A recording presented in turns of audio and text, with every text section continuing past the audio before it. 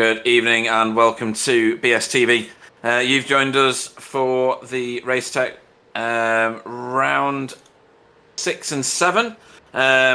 Sorry, round 10, as it just changed. And we're at Red Bull Ring, but that might change as well. What you're viewing is the curb cam at the minute, which is probably the best curb cam on any track we've ever found. You can see the cars in the distance there, making their way past, and then all of a sudden they come and hit you in the face. It's absolutely brilliant. I'm on my own so far tonight. Clyde, I guess, may join at some point, although there's no guarantees of that. Stacey may join at some point as well, but she might be slurring her words because she may have been elsewhere, let's say. But definitely in the booth with me, Pete Bingham, tonight is Sam Boozen. Good evening. Good evening, Pete. Good evening, everybody. We are at Red Bull Ring. I've never seen the V8s around here. I've never driven the V8 around here. The track temperature is a cool and crisp 18 degrees. If they can't do really good lap times in this, they shouldn't be driving the car, which is why I'm not. We've got 18... Oh, we've got 19 drivers now. No, we've still got 18 drivers. It's going to be a fairly full track, 18 cars around here. You don't get lost. It's the new track on the iRacing service. We are driving these absolute monsters around here tonight, or rather, the people who have some skill are driving these cars that are absolute monsters around here tonight. Only 11 people have actually put a time in. 4 people haven't even joined the track yet to put a time in. They may not, I guess. Car 11 is currently the top car, and while we're on that point, I will go through the league standings as it is right now, including the drop score. So we have car 11, Mary Jackson, most likely driving that one, is the top car at the moment, 2,066 points. In second place, currently in the standings, is Jamie Wilson. Hopefully we'll switch to him. Oh, it's on the screen and everything. Oh my god, that's amazing. This is so much more professional than when Clyde does it. With 1,718 points. He's got an inset camera tonight, so we can see out of his front windscreen. He drives with VR, which I tried for the first time the other day and nearly vomited. We'll talk more about that later. Tony Klusterman is currently in third place in the championship with 1,573 points. There he is. Difference between his car and car 11's car, they are in different NQR teams, and Tony has the red Maple Leaf Canadian flag on the back. Chris has the black Maple Leaf Canadian flag on the back. In fourth place, we have Adam Wright, BSTV Esports Green. He's in fourth, 1,538 points. There he is, majestic in that fantastic livery. It is lush. It's the creation of Tyler Newitt, Tyler the Smiler Newitt. And then in fifth place we have Kenzie Neerwolf. Is he still sponsored by Team Dan Ander? Yes, he is. So yes, he's in fifth place. I might as well go through more. We've got 30 minutes of qualifying.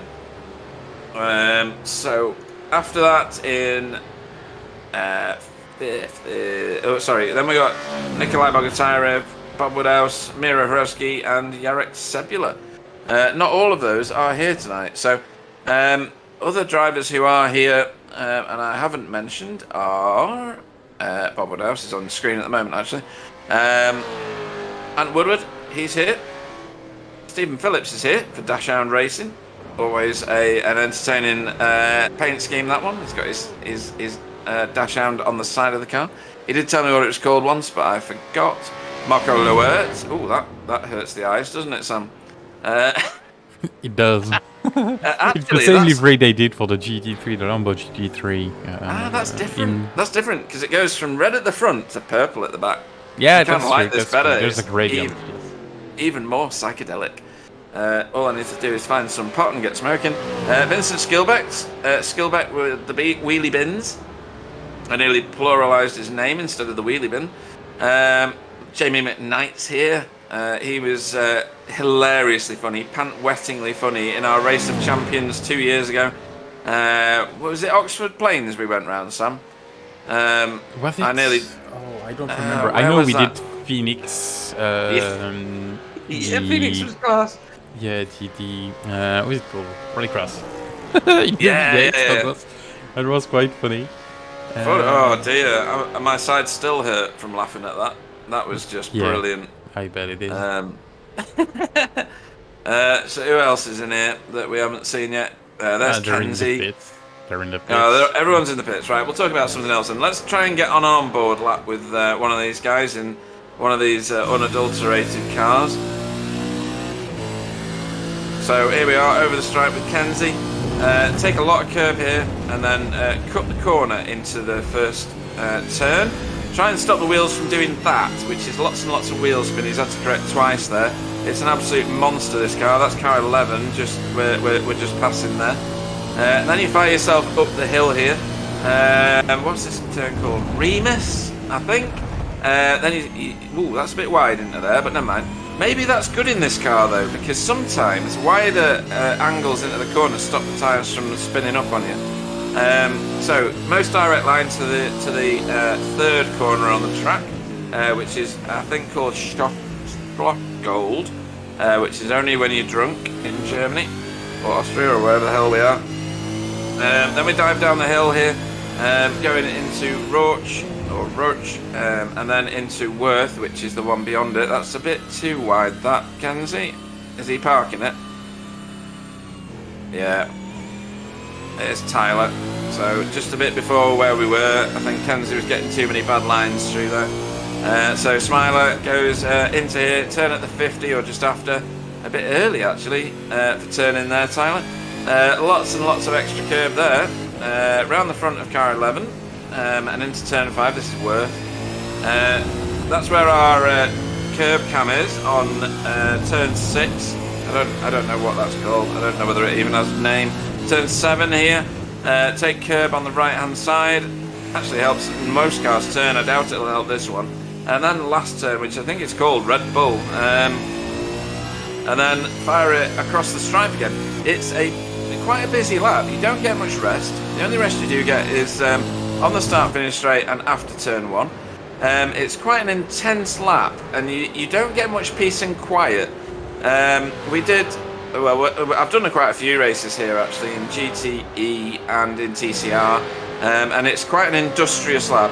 You've got to put a lot of effort in order to make the most out of every lap, and you could argue that that's true of any track, but this one, iRacing have done a fantastic job of mapping this out, and I think the V8s are going to handle extraordinarily well around here.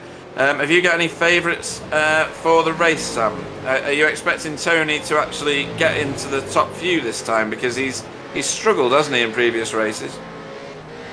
He struggled a bit, and it looks like he's already almost 8 tenths behind Chris Jackson, which is, already pushing the times. So I hadn't noticed that, but you're absolutely right. Yeah. Oh, there we go. Well. Just as we speak. Good one, nice one, Tony. Well done. So though we are both liars, which is great. Yeah, made us out to be liars straight away. We won't talk about Tony today anymore. That's checked. No, I think Chris Jackson for the win today. I mean, can you bet against him? I wouldn't, because I like my money in my bank account, because he puts in so many practice laps. When you look online, he is invariably in a practice session. His setups are excellent, although they can be wild. When he used to lend them to me, I found them very difficult to drive, and it's only because I'm not very good at this car. I think you've got to be a certain type of person, a certain psychopath, in order to be able to make this work. Wobbly on the chat, Wobbly Kneecaps, or Viva Kneecampers is apparently that's what his real name is. I don't believe it. He says that he tried the V8 on the Red Bull Ring and he stopped after 15 laps. That's what people with no talent do, isn't it, Sam? Exactly. It's yeah. I don't expect more from him, to be fair. No. He's just a quitter. So it's okay. I'd like to see Wobbly in a V8 because he's rapid in the GT4. He's been very fast in the TCR, annoyingly, when he put me on pole position the other week on a reverse grid just by letting me overtake him. But I'd like to see him in a V8. I think that would be quite an interesting car-driver combination. I think there'd be lots of swearing. I don't see how he could get around without, to be honest. Currently, car 11 is your provisional pole man, with Tony Klusterman in the sister team. So Chris Jackson's NQR-A, Tony is NQR-B. I think they are line astern at the moment on the track. Oh no, that's Ant Woodward with the Welsh Dragon on the back of his rear spoiler. We have a set of cameras for Ant, don't we? Have we got them to hand? We do. Awesome. Clyde's fetish. Clyde's not here for his foot fetish. Look at that. Oh, heel toe. Oh. Got a bit of a semi. So yeah, that's good camera.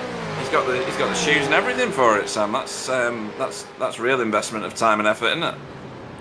Yeah, I do have the shoes and everything as well, but I cannot do even two. That's something my brain cannot process. No. Yeah, I'm more like Fabian Coulthard, left braking. That's my thing. Yeah. So live timings are on the chat if you want to keep up with that. Don't forget to tune into that. Whatever setup. Oh, there's Smiler's camera. He's got a bit higher this time. Yeah, baby Tyler. Yeah, he's in the bottom half of the camera. Next time he will be below the camera. Yeah. I tell you what, he's got some money though, because that looks like a Dyson Airblade behind him or something like that. Either that or it's a really bad 1980s TV aerial that needs someone to waggle it in order to get a signal or something. But yeah, Tyler's there. Is that a bald spot? I think it is. Anyway, doing all right actually. He's 7th at the moment. He's behind Bob Woodhouse, Vincent Skilbeck, Jamie McKnight, Kenzie Newolf, Tony, and Car 11, aka Mary Jackson. Behind him, Stephen Phillips. He's handy in this car. Not too far behind. Adam Wright, not too far behind. This man, Miro, doing a pretty good job, to be honest. Ant Woodward, Jamie Wilson, Nikolai, Alistair, Marco, Chris Shaw. I expected him to be a bit higher up in the standings, to be honest. First time in the car for Chris. Is it? Yeah, it is. I thought he'd driven the V8 before. I don't think so. And you know him. So, it's no practice and everything. So. Oh no, he's annoying. He, didn't do any revision, got an A. All right then. Yeah, less than 2 seconds away from Chris for the first time. It's not too bad. Yeah, and Chris is stupidly quick. So yeah, he's not even down as BSTV on my STK. So yeah, you're right. He's never driven this before, I don't think. But he one thing he has shown is that he's more of a man than wobbly kneecaps. So there you go. Well, everybody is. This is true. Yeah. Ooh, who's that going off? Vincent. That was a big wiggle coming out of whichever turn that was. I'm not really sure where I was on the track then. I think it was turn 1. Ah, right.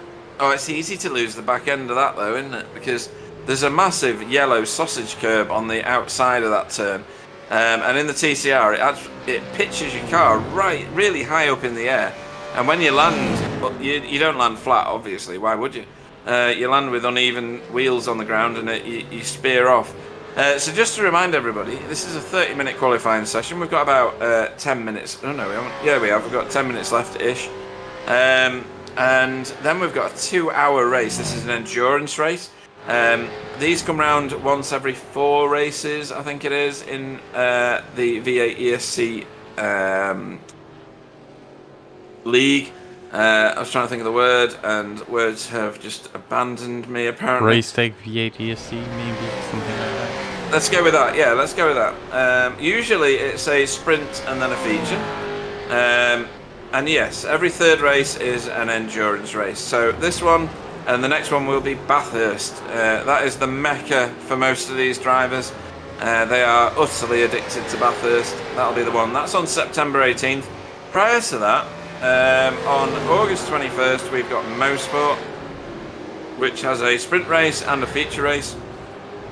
And round 13, round 13 and 14, because it's 2 races, is at Twin Ring Mategi. That'll be interesting. I've no idea what these cars are like around there. I've certainly never driven Twin Ring with a V8, or I don't remember if I did. I might have been drunk, but there you go. Sometimes the V8s are easy to control when you're drunk. Never tried, but I know the V8s have been at Twin Ring. I think it was the previous model, the old ones. Right, okay. So, it was a race I had to miss, so... right. I remember that. So, team standings. NQRB lead the way, which is Tony and Ant Woodward. They've got 3,313 points, including their drop rounds so far. BSTV Esports Green are in second, which is Tyler the Smiler and Adam Wright. Then NQRA, which is pretty much just car 11, I think, because I'm not, who drives with him? Is that Gary? I think Jamie McKnight. Oh, is it Jamie? I don't Jamie know. on? Yes, it is. It's Jamie. It's Jamie. Yeah, so I don't think Jamie's turned up for very many races because they've got 2,452 and he's nearly got that on his own car 11, hasn't he? Then Team Down Under, as it were, with no, it's not Vincent Skillback at all. It's Kenzie. Is in 4th place, 2,294 points, and then Jamie Wilson's Team Chimera. Is in 5th place with 1,718 points. He's currently parked on the grass. Excellent. He's not going to do very well parked there. So, any changes at the top? It's currently provisionally Chris Jackson, followed by Tony Kloosterman, wherever he is on the track at the moment. Then Kenzie. And then the next 2 are actually in the pits, which is Tyler the Smiler's just come out again. And then Jamie McKnight, who thinks he's done enough, so he's parked in the pits. Have you driven Red Bull Ring at all yet, Sam? No. I don't know how it looks. The only thing I know is from the camera angle from the broadcast. Right. Yeah, you know, with my arms, the past 3 years have been complicated. Course, yeah. So I hope I will be able to race soon. Yeah, that'd be good because they've done a great job with it. Well, they do a great job on every new track they release. It's true. It's true. The previous ones. I don't remember which one it was. Not the road of the city. Come on, where? Help me. The Chicago. Oh yeah, there was Chicago as well. I've never been at Chicago, in fact, and we cancelled the race because of the brainless sports that was happening on that date. I don't remember what that was. No, the one they've been working on for years, and that was a tech track. Yeah, I don't know why I can't remember that name. But. Not Long Beach. Yeah, that Long Beach. That's it. Long Beach, yeah. They did a pretty good job as well on that one. Oh, I love that track. That's fantastic. I've done some. I've done 2 types of race there: utter carnage and brilliant, professional, enjoyable racing. And that seems to be the only 2 types of race you get at Long Beach. It's brilliant. Evening to Sean Smith on the chat, who is clearly following Ali Walker for CSR. Canadian Crispy Bacon, good evening to you. Can't remember who you are, so tell us, will you? Because I should know, I know that. Evening to James. No result boys here tonight, James, but enjoy the racing. Then there's some idiot called Wobbly. And I'm no Carol Vorderman, right? But 12 people and only 4 likes. That doesn't balance up. So give us some likes, will you? Just even if it's just to keep me quiet for a few minutes in the stunned silence of actually getting some likes. There's that yellow curb. As Stephen Phillips does a great job of turn 1 there. It was the airpin turn 2, but Oh, was it? yeah. I didn't realise there was a yellow curb there. I don't hit the apexes at that turn, so I'm unlikely to find the yellow curb on the outside of it, I think. Yeah, you don't go far enough on these corners. That's probably the reason. Yeah, you're not wrong. Came in midnight. I did already. Yeah, I'm sure you did. And we need Jamie in the interview room, don't we? He's hilarious. Yeah, in-car interview during the race. How fun you would imagine that that? We couldn't do it. There'd be too much swearing. That is true. That is true. But just to, I haven't got Bill here to tell me all about the technicalities of the V8 supercar. But what I do know is that these things are absolute monsters. He talks about spooled rear differentials or something like that each time, and that it does mean something. It means that the beast that is a V8 is hard to control. It wants to absolutely eat you alive. There's no traction control on these things, no ABS. It is raw power, raw human interaction with the vehicle. Jamie says get the bleeper ready, so I don't know whether he's going to come and join us at some point soon. That'd be good if he did. But yeah, these things are absolute monsters.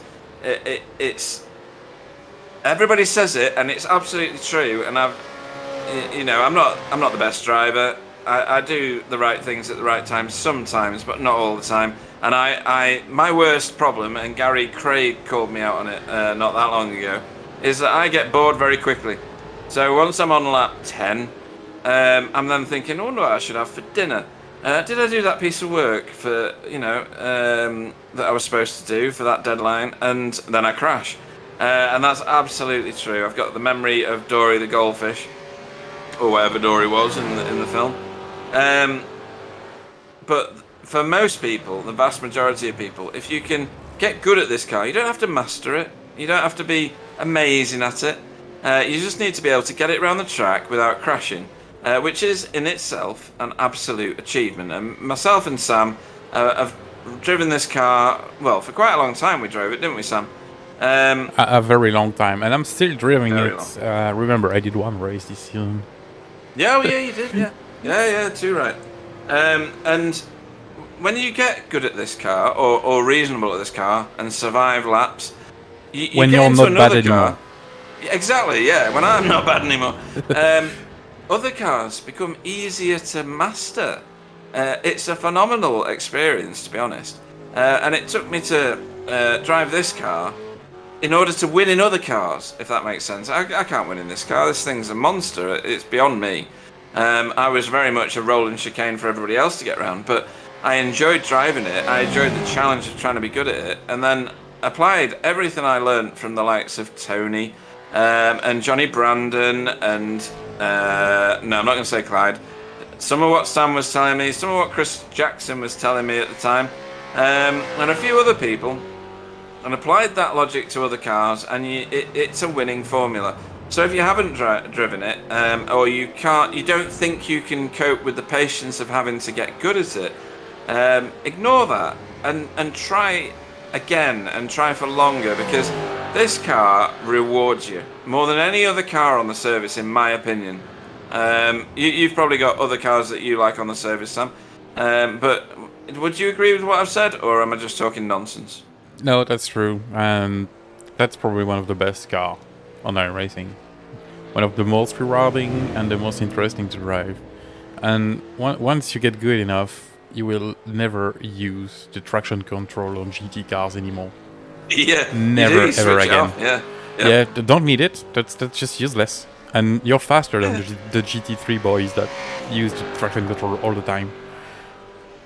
Apart from just... Wobbly, he turned his traction control off, the other day, and found he was faster, but it killed him too often, so he turned it back on again. Yeah, because he cannot master a pure car like these ones. Nah, true. Real men drive V8s. That's true. And women. And women who used to be men. Real drivers. Real drivers, there you go. That's a bit... I'll get my political correctness sorted soon.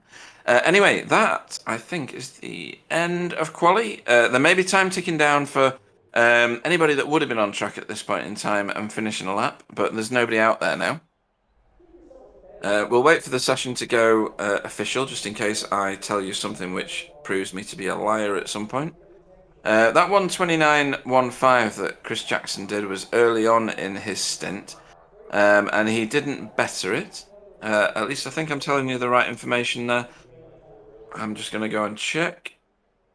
Yeah, he did it about halfway through his stint. So whether the track evolved in such a way that the track temperature went up so that he couldn't, I'm not sure. Let's have a look at the track temperature now. It's gone up 1 degree since the start, so I doubt it's that. But certainly an interesting way to finish our qualifying session. Tyler has moved up to 4th. That's a very good result for Tyler, given the fact that he's in the company of the likes of Jamie McKnight and Vincent and Kenzie and Tony. He's not far away from any of them. There's a second that covers the top 9. I mean, in a V8, that's massive, isn't it? It's just huge. That there's so many cars so close together. Hopefully Mike Frost rejoined. Yeah, Mike Frost did rejoin. He's in the session. Hopefully he'll start the race. He started from the back. I've done that a few times. Sometimes that's a benefit to people who are not too used to the car. And here we go with the starting grid. So your pole man officially is car 11, Chris Jackson, or Mary Jackson, or I can't remember what the kid's called now, but never mind. On a 1:29.15. Tony Kloosterman in the sister team. Sorry, Chris Jackson drives for NQRA. Tony Klosterman in the sister team, NQRB, goes off second, a quarter of a second behind Chris Jackson. Kenzie Neewolf goes off in third for Team Down Under. Smiler Newitt goes off fourth for BSTV Esports Green. Chris's teammate Jamie McKnight goes off fifth. He was nearly just over half a second down, sorry. Vincent Skilbeck goes off sixth for Wheelie Bins. Seventh will be Stephen Phillips for Dashhound Racing. Eighth will be Rob Woodhouse, or Bob Woodhouse, sorry, for Concord Racing. Ninth will be Adam Wright for BSTV Esports Green again. Mira Vrasky goes off 10th for PCS. Ant Woodward goes off 11th, which is Tony Kloosterman's teammate in NQRB. Then Nikolai Bogotarev in 12th. Jamie Wilson goes off 13th for Team Chimera. Ali Walker goes off 14th for CSR. Marco Lewert goes off 15th for VTS Esports. Chris Shaw in his first drive goes off 16th for BSTV Esports Blue. Then Andrew Hoffman for PSR and Mike Frost for Don't Bug Me Racing. We should start getting lights sooner because I can't see any gaps in the starting grid. It's a standing start here for V8ESC races. So no rolling lap. Lights are on. And we go. Oh, that's a very good launch from everyone in the field. They all went at the same time. So this might be... Oh, Nikolai's pulled out. We're going to go 4 wide into turn 1 back there. That's very crowded into turn 1, it has to be said. Chris Shaw seems to have gone around the outside on a number of cars.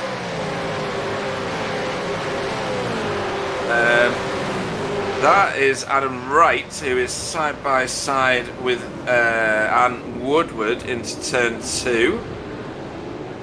And he's now behind Bob Woodhouse. And, ooh, bit of a shake-up at the back. with Miro Hrasky and co. I think that was Miro, Andrew Hoffman, Ali Walker and Mike Frost back there. Is Mike Frost on the track? Yes, he is on the track, yeah, of course. There we go. Trying to focus on where the action is, and there's action everywhere. So Tony and Chris have pulled a little bit of a gap on Kenzie Neewolf. There's our curb cam. Look at that. Ooh! Makes me blink every time they go across this one. That's going to be a feature of this race, that curb cam, I think, because in the distance there you can see them coming across between turns 2 and 3. Into the last turn for the leaders. Jamie Wilson has moved up a couple of positions from the start. He's done really well. He's now tracking down Ant Woodward. So we've seen these two on the same bit of track for a number of different races for quite a long time. So expect this to continue. I did expect Jamie to be further up the field, to be honest. 2 inset pictures there. Woody's feet and Jamie's head. It's a bit like Frankenstein this. Hopefully we don't get the bits in between, I guess. Because that might be a bit scary. Ant takes a defensive line on lap 2 into turn 2. And Jamie hangs it out wide and gets back in the tow again. Looks like Mary Jackson's pulling a gap on his sister teammate. And that's Jamie McKnight there, with pressure actually. From Vincent Skilbeck, who's always entertaining in the chats. Hopefully he joins us after the race.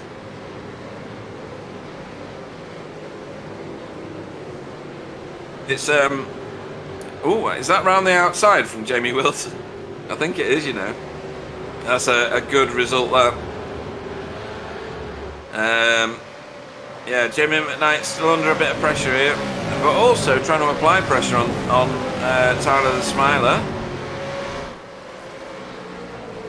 Initial laps 133.1 from the leader. Back here, we're doing 135s.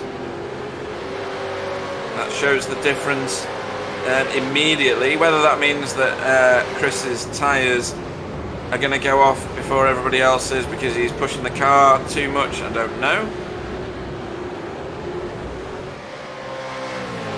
This race could go 2 stops if you can save enough fuel. I am led to believe by a number of different sources. 3 stops if you will be a normal strategy in inverted commas, and plenty of opportunity for undercuts and probably overcuts.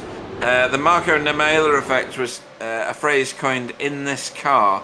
Whether that's still true, I'm not sure. I've not personally driven the V8 for quite a long time, and for that reason I'm not sure what the new tactics are.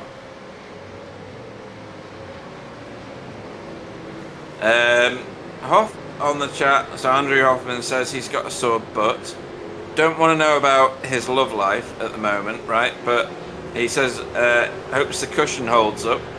That's not a good sign, is it? That's like hemorrhoid territory, but nobody wants to hear that. Anyway, so Miro putting pressure on Hoff's rear end.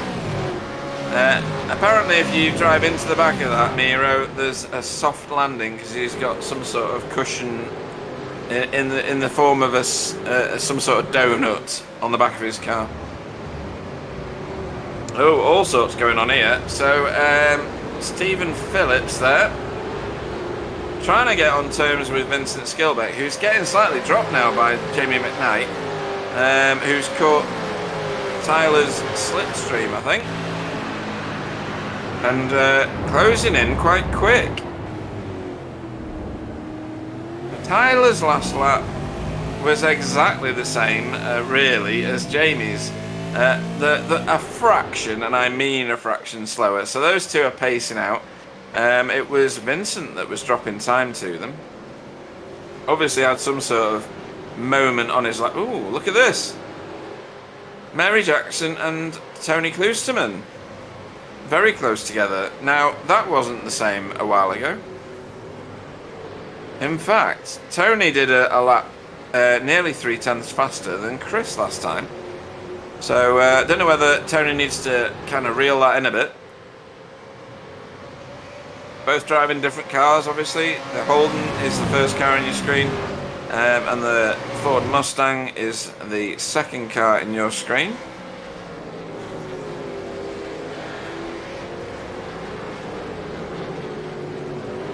Adam Wright putting pressure on Stephen Phillips now. And Stephen Phillips in turn bringing it to Vincent Skilberg and doing a number on him here. Down the inside, this could be clean, and it is. Good effort. Ooh, something. Now he was wide there. He may have picked up a slowdown. What do you think, Sam? To be honest with you, I don't really know. I saw him blink on my screen. I don't know about you, but probably the same for some drivers. Yeah, I think you can. Racing. Oh, no. That's enough for Stephen Phillips.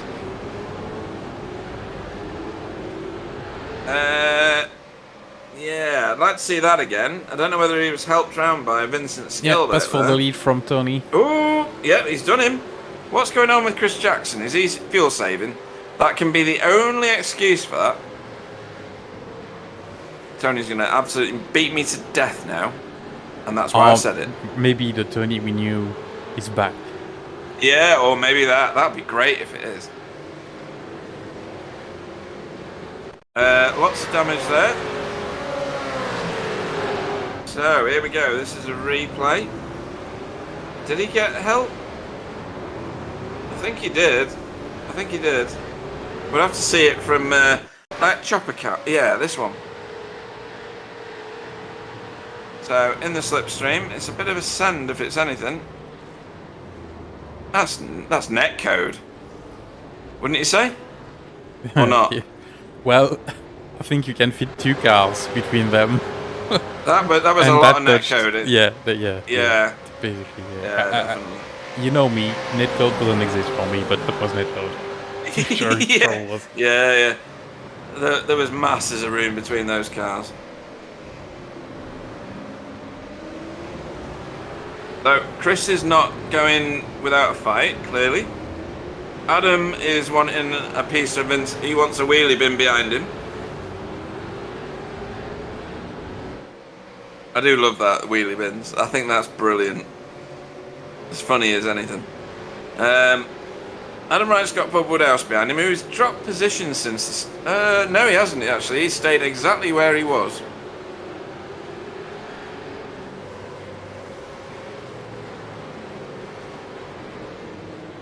The reason that I'm saying he's moved or not moved is because Stephen Phillips, of course, has moved himself to the back. Or nearly to the back. Jamie McKnight here, closing in on Tyler. A little bit each lap, a little bit. Interesting to stay on board actually with Jamie because he's got a lot of talent in this car obviously, and we'll be able to hear from the engine if I shut up for 5 minutes what he does with it. So he's off the gas early as you are in the V8. Back on the gas. Oh, he was a bit late on the gas there. He had to do a bit of correction mid-corner. It's a repeat, but we've got a battle going on with Mark Lower just past Chris show a few moments ago, and Stephen Phillips making his way through the field again. Yeah, I don't think Stephen's got any damage. Who's that he's overtaking there? Ali Walker. Yeah. Ali Walker does. So I'm looking for a car with a similar amount of damage on its rear right panel, and I can't see one yet. Why is Jamie Wilson? Oh right, he's absolutely on Bob Woodhouse. Okay, I thought he was dropping a position there, but he's not. He's actually up 4 positions from the start, which is very Jamie Wilson-esque. He's certainly not fuel saving. I wouldn't have thought. Although, I've seen Jamie Wilson fuel save before, and he's faster than the rest of the field, so I better not let that mislead me into an assumption. Miro crawling all over the back of the Hoff at the minute. And Jamie McKnight is very much on the back of Tyler again. A lot of real estate between Tyler and Kenzie Newolf now. 4 seconds of it. So the top 3 have checked out. There goes Jamie McKnight. That's a lovely clean pass if he manages to make that stick, and he does. I don't know whether Tyler's playing the fuel game though. He's very good at it, isn't he? Oh, who's that blinking? He is. I think when you got Tyler in your team, you've got a lot to learn from his way to save fuel and still be fast. Yes, yeah. He does a great job of it. He does it because it's a challenge, and he's very good at the challenge. So yeah, the only issue with Tyler is he always find a wall to clean the travel, the work after that. You know, remembering some Daytona races. Just saying. Yeah, that'll never ever die.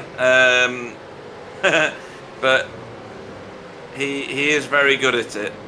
He's no Michael Taliancic, it has to be said, in his solar-powered V8. It'd be good to get Michael Taliancic back, to be honest. Oh, there's Jamie Wilson. He's done Bob Woodhouse now.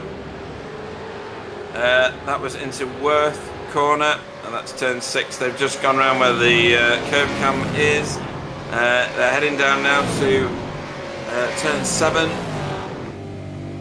Bob's going to have to try and get that back. And then final turn, Red Bull turn, which is what I'm calling it. It's got another name, I'm pretty sure, but it's got Red Bull in it.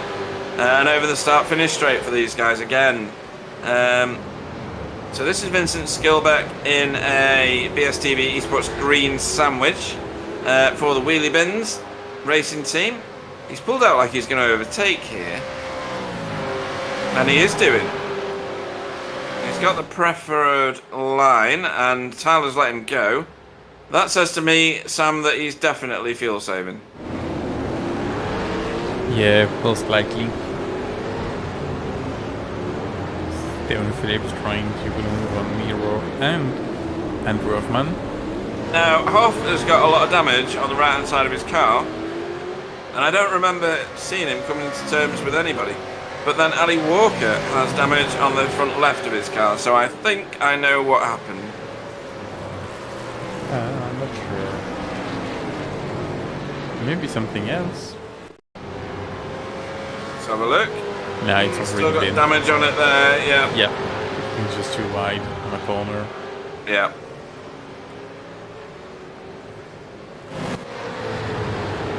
So back with Tyler, who's, I guess now, going to try and keep with Vincent and stay in his slipstream. Slipstream in the V8 is immense. It has, in terms of aero and mechanical downforce, Sam, it's very much mechanical downforce that this car goes for, isn't it? It's only got one massive rear wing, really, other than that, hasn't it? Yeah, I'm not even sure it really helps. I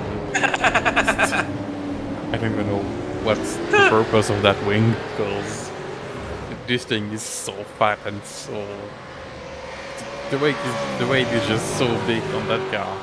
Yeah.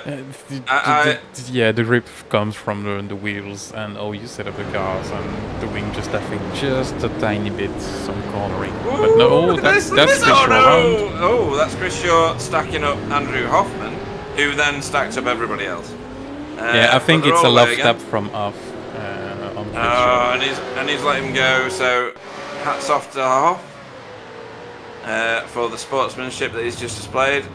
Has he gone a bit hot? Yeah, he's tried to... Oh, right, he did eventually, yeah. He did his best to keep out of it, to be fair, and he's let Chris go again. So that's what I love about the V8ESC League, the sportsmanship and camaraderie of all the guys in here. They're very competitive. It's not like they're lying down and letting people past, but when they do make errors, they absolutely redress the positions immediately. So hats off to Hoff. What were we talking about? It's likely the same as the GT4 TCL League, this one. Yeah, it is. They've both got the same spirit, with a lot of help between people, a lot of respect between the drivers, and it's lovely to race with every one of them. Yeah, it is fantastic. you know that you can race without being concerned about stuff. Do you know? How many times have you been in an official race where you're like, oh no, here I go.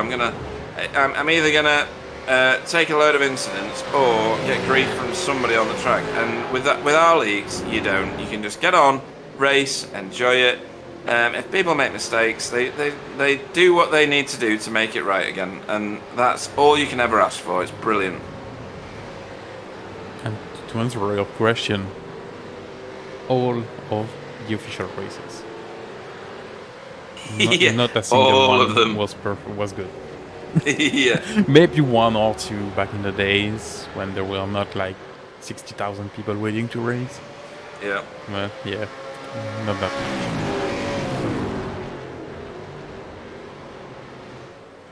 So, back with these cars, they are, like we said before, unadulterated monsters. That rear wing may well just be for show.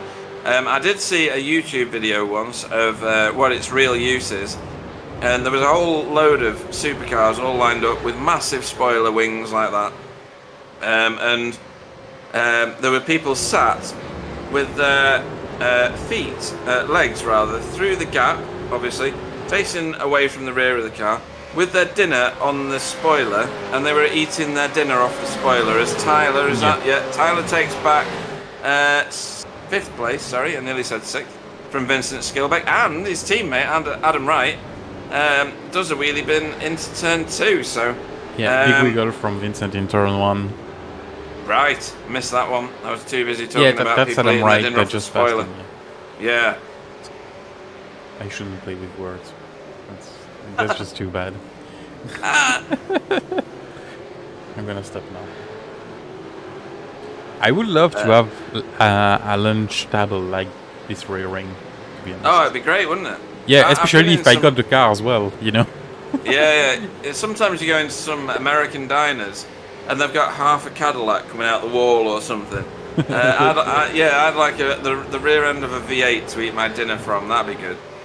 I can easily imagine Bill eating a fat burger and something like that, just flying in front of him, you know? Yeah, totally. Yeah. But Bill would eat it off a V8 Hemi, wouldn't he? It'd just be some monster machine that he was eating it from. Yeah. So the two BSTV Sport Green guys make for the hills. At the front, Tony is holding station in front of Mary Jackson. Now, whether Chris wants to fuel save for the majority and therefore he's happy to be there, I'm not sure. But then Kenzie is stalking the pair of them, so I think there's a lot of fuel saving going on in this race, and we're not witness to it fully, are we, Sam? No, I even have no inside information or anything. And as I've not driven the car around the track, I don't even know what the strategy is. Right, so what I've been sent... Oh, Wobbly's talking to me. Wobbly's been a bit of a knob, to be honest. He said, how does Sam fit in the room with you? Normally there's only room for 3 people and you're in the booth already. So, yeah, that's not funny, Wobbly. That's just not funny. Well, what we know, Pete, is Wobbly cannot fit with us. Because he takes 3 people on you know. Well, with his ego... Head. Yeah, that's the ego. Yeah, exactly, yeah, totally. Biggest ego in the world. Right, so we're looking to go along the lines of 79-ish laps, maybe 78, depending on how the fuel goes. We're currently on lap 14, that tells you everything you need to know. A lot of racing to do. It's definitely a fuel saver track, this one. 3 stops, we'll see the first car in on lap 20, and if they're fuel saving, we'll see them coming on lap-ish 26. What I remember of this track, and my insider information is absolutely right with it, as we're on board now with Kenzie, as he was trying to put a move on Mary Jackson.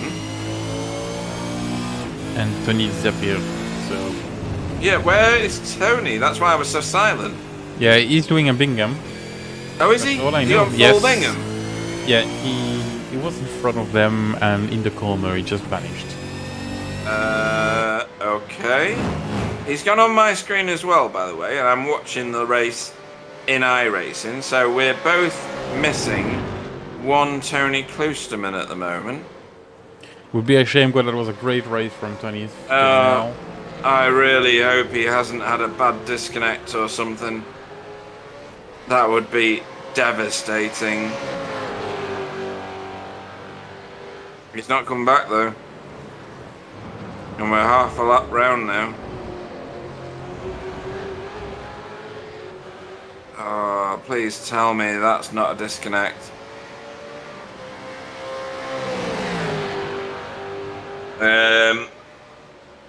Freddie on the chat, that's Frederick Van Eekhoven, says, let's go Kenzie, he's doing great, he really is. I'd love to see that he was doing great with Tony. Oh, Tony, where's Tony gone? According to this, Tony's dropped to the back of the field on SDK, but that's only because his position is redundant.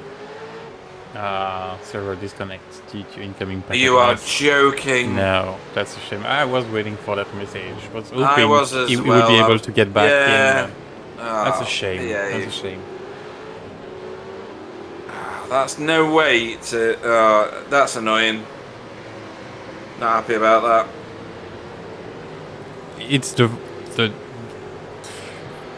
worst way to, you know, Yeah.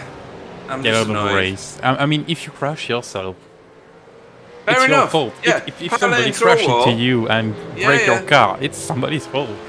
It's like when we were doing, you know, those trucks, the Pro 2s or whatever they are, and I ended up in the forest at Lime Rock. That's fair enough. That was my bad driving. But to get binned by your connection, that's just rubbish. Especially when he was leading the race. Oh my god, that's terrible. Yeah, it's probably the worst thing that can happen. So anyway, I'll have to get over that. As will Tyler, who's having a fight with the yellow curb at turn 1. He's got... Oh no, hang on, that was Adam Wright. Tyler's got passed by Adam at some point and we missed it, probably looking at the top 3.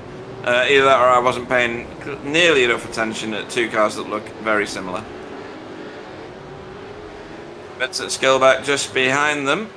And Jamie Wilson is slowly and stealthfully creeping up on the back of him. He's kind of doing a ninja thing. He's sneaking in.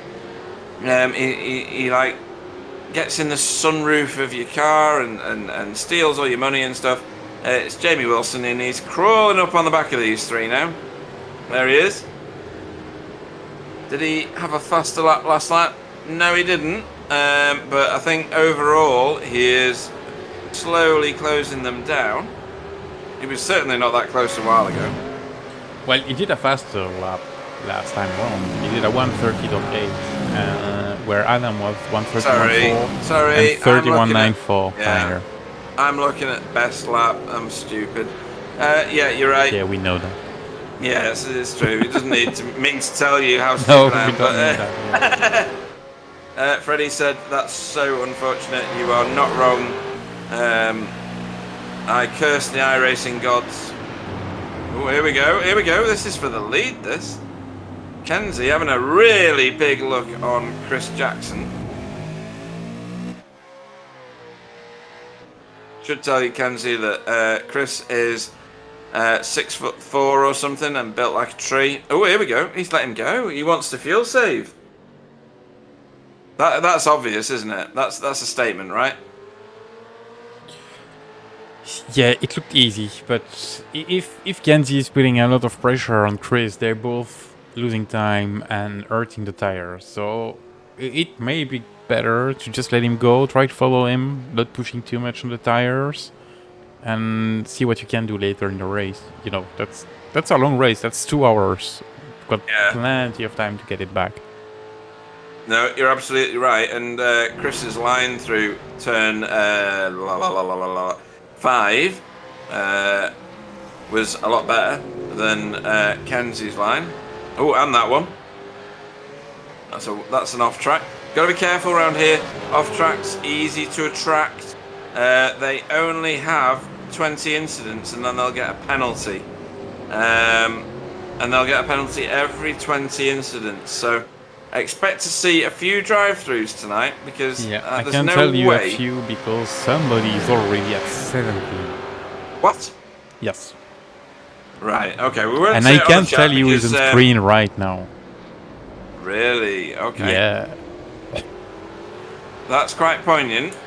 We won't say it because Ben. I'm not saying any Cullen name. once There's 3 benefited people from on that screen. You pick your choice. 3 people on screen, right? What have we got? We've got Kenzie. We've got. Oh, right. Okay.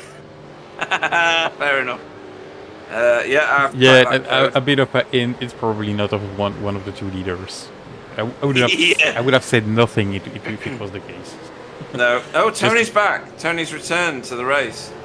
Is he on track or not, or is he still towing? Not yet. But yeah, he's already. Oh, yeah, he's almost 5 laps behind now. Oh, really? That's rubbish. I almost want to throw a yellow and like send him round the track a few times.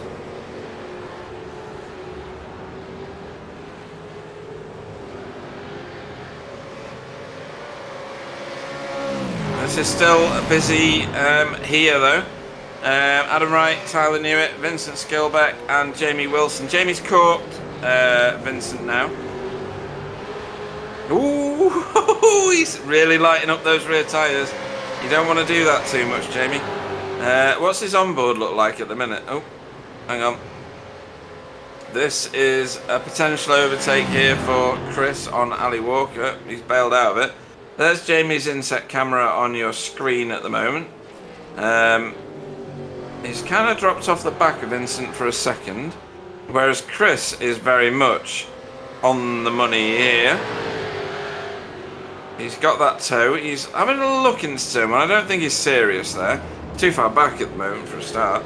But turn 2 is definitely. I think he's got the handle of how the car runs now.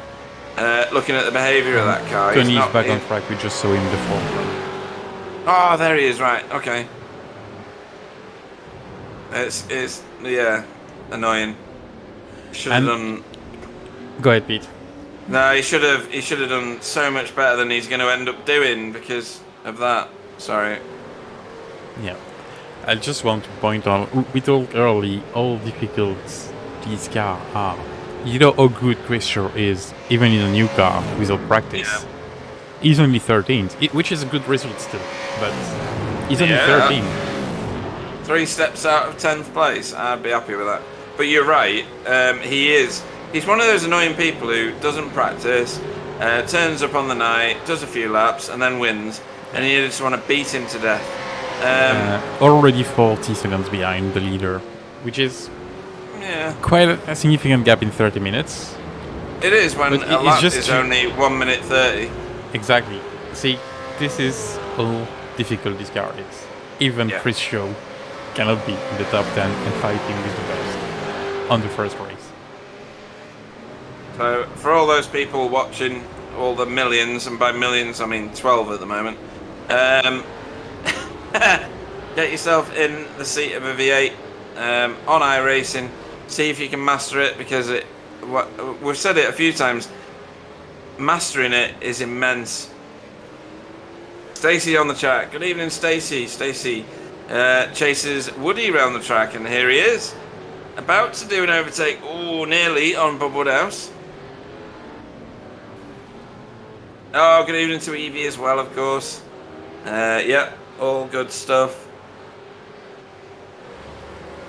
That was Alistair Walker going by Chris Shaw. Get the pace back. Bit of a ding-dong battle back there. And you couldn't be more right. Chris Shaw is a fantastic talent in any car. And he's not where he normally is on the track, let's say. Let's put it that way. Hang on, we've got pit stops. First pit stop. Vincent. 30 minutes in. So that's a 3-stop row for Vincent. What lap are we on? 20. 21. So yes, Yeah, he's stamped his card basically. He's demonstrated his intention, and it's going to be 3 stops,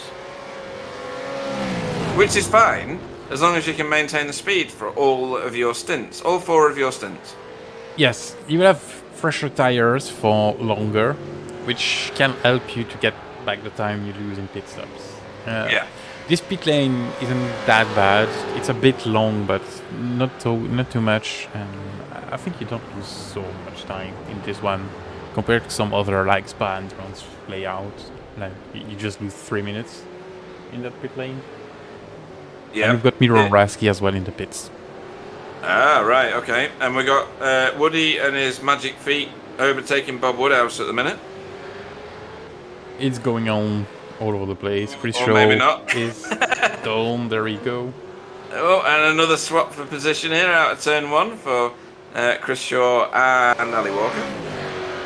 So Vincent is out. 1 minute pit lane transit time and 30 seconds pit stop.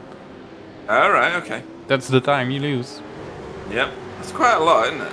Yeah, it will have to make almost 1 minute because it's not full stationary 1 minute, so like 50-55 seconds to get back the time you lose. You just lost in this first pit stop. Yep. If Is people someone else do only 2. in pit lane? Yeah, oh yeah, that's Bob for Woodhouse. Yep.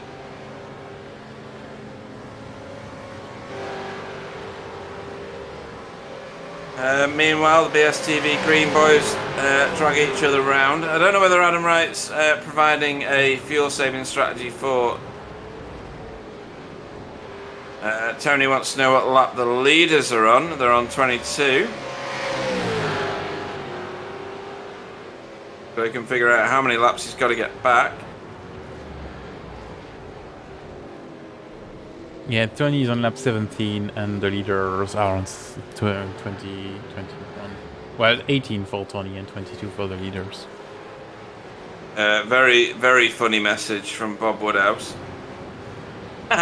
Oh dear, sorry, I'm going to have to tell you this one because that was hilariously funny. I was going to say something else then which was unprofessional from what Tony said. Bob Woodhouse said, I've only just realised this is the Enduro, and that's why he pitted. And Tony said, sadly, that's what my internet thought it was as well. That is terrible. Here we go. These 3, you could throw a very small blanket over them because Vincent Skilbeck is back here after his pit stop, fighting with... Ooh, who's that gone wide there? Is that Mike Frost? Yeah, that's Mike Frost. Just letting All right, okay. Yeah, let him go there. So a bit of traffic there, a bit more traffic here. Jamie Wilson stalking his prey. I take it to you, he is stalking his prey. So Nikolai has been through the pits, so this is effectively a battle for position with Vincent. Nikolai did a pit stop on lap 14. What? Yes. Did we miss that? We missed that. Yeah. What sort of fuel strategy is that? I don't know. Is that someone that's fueled for a sprint race and then realised they're in maybe he's reversing the race. Usually do the smallest stint and the smallest stint at the end, and he's doing it at the start. Maybe. Yeah, you might be right. Hang on.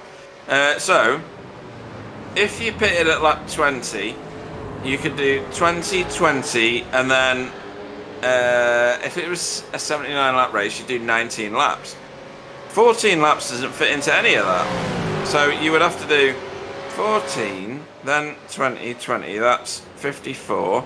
And your last stint would be 54, 64, 74, be 25 laps. Yeah, I suppose then you can do mathematically 22, 23 maybe. Oh, right, okay. Now you're talking real strategy. My brain can't do that. Yeah, that's tough. On the fly, it's pretty complicated. I usually, think about that before the race, but I guess for the fuel save strategy, this guy will be the benchmark, Tyler. Yeah. We'll see when he comes in. Wilson of the Jamie is definitely on it like the V8 bonnet, and closing in on these two. Jamie McKnight's in the pit as well. There's 2 Jamies. Sorry, I shouldn't just say Jamie, should I? This is Jamie Wilson, obviously. Jamie McKnight is in the pits. Ali Walker's just entered pit lane as well. So on screen, all the people that have been through the pits. The first one in the queue is Jimmy McKnight, and Ali Walker is in the pits as well. So yeah, Jimmy McKnight is the first one. Pit exits, and we'll see where he comes out with Vincent. Pretty close, but that's probably going to be a battle. Yes. And of course, Nikolai is on the same lap as these guys at the minute because he pitted early. And leader like is in. Oh, he is. Yep, Kenzie's in. And Chris continues on. So Chris back in the lead of the race now. Right, so Chris is on his own lap 20. No, what is he on? 24? Yeah. Adam and Jamie Wilson in the pits. Tyler's continue. So there you go. Tyler sitting in behind his teammate there has eked him out potentially some extra laps.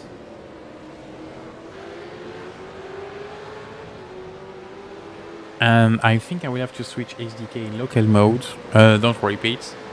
Okay. I will not be able to use the camera anymore from people sharing it because it seems like SDK have some trouble and it's refreshing a lot on my screen. So okay, you do what you need to do. Yeah, I just want to share that with people as well. Sorry if I don't show your camera, but that's what you can do. Nothing you can do about it. So Vincent, that's Jamie McKnight in front of him still, and Nikolai behind him as they cross the stripe again for the 24th time. They are now on lap 25. Out of the pits comes Adam. Now, when Adam went into the pits, wasn't somebody very, very close behind Jamie Wilson? Don't know what the strategy is. And what is the difference between people? Because Thumb do 1 minute 6, 1 minute 4, 1 minute. Jamie Wilson 58. Nikolai 53, but we know why for Nikolai. Yeah, because he did it early. But 1 minute 5. I don't know where I'm going to go out there, goes from.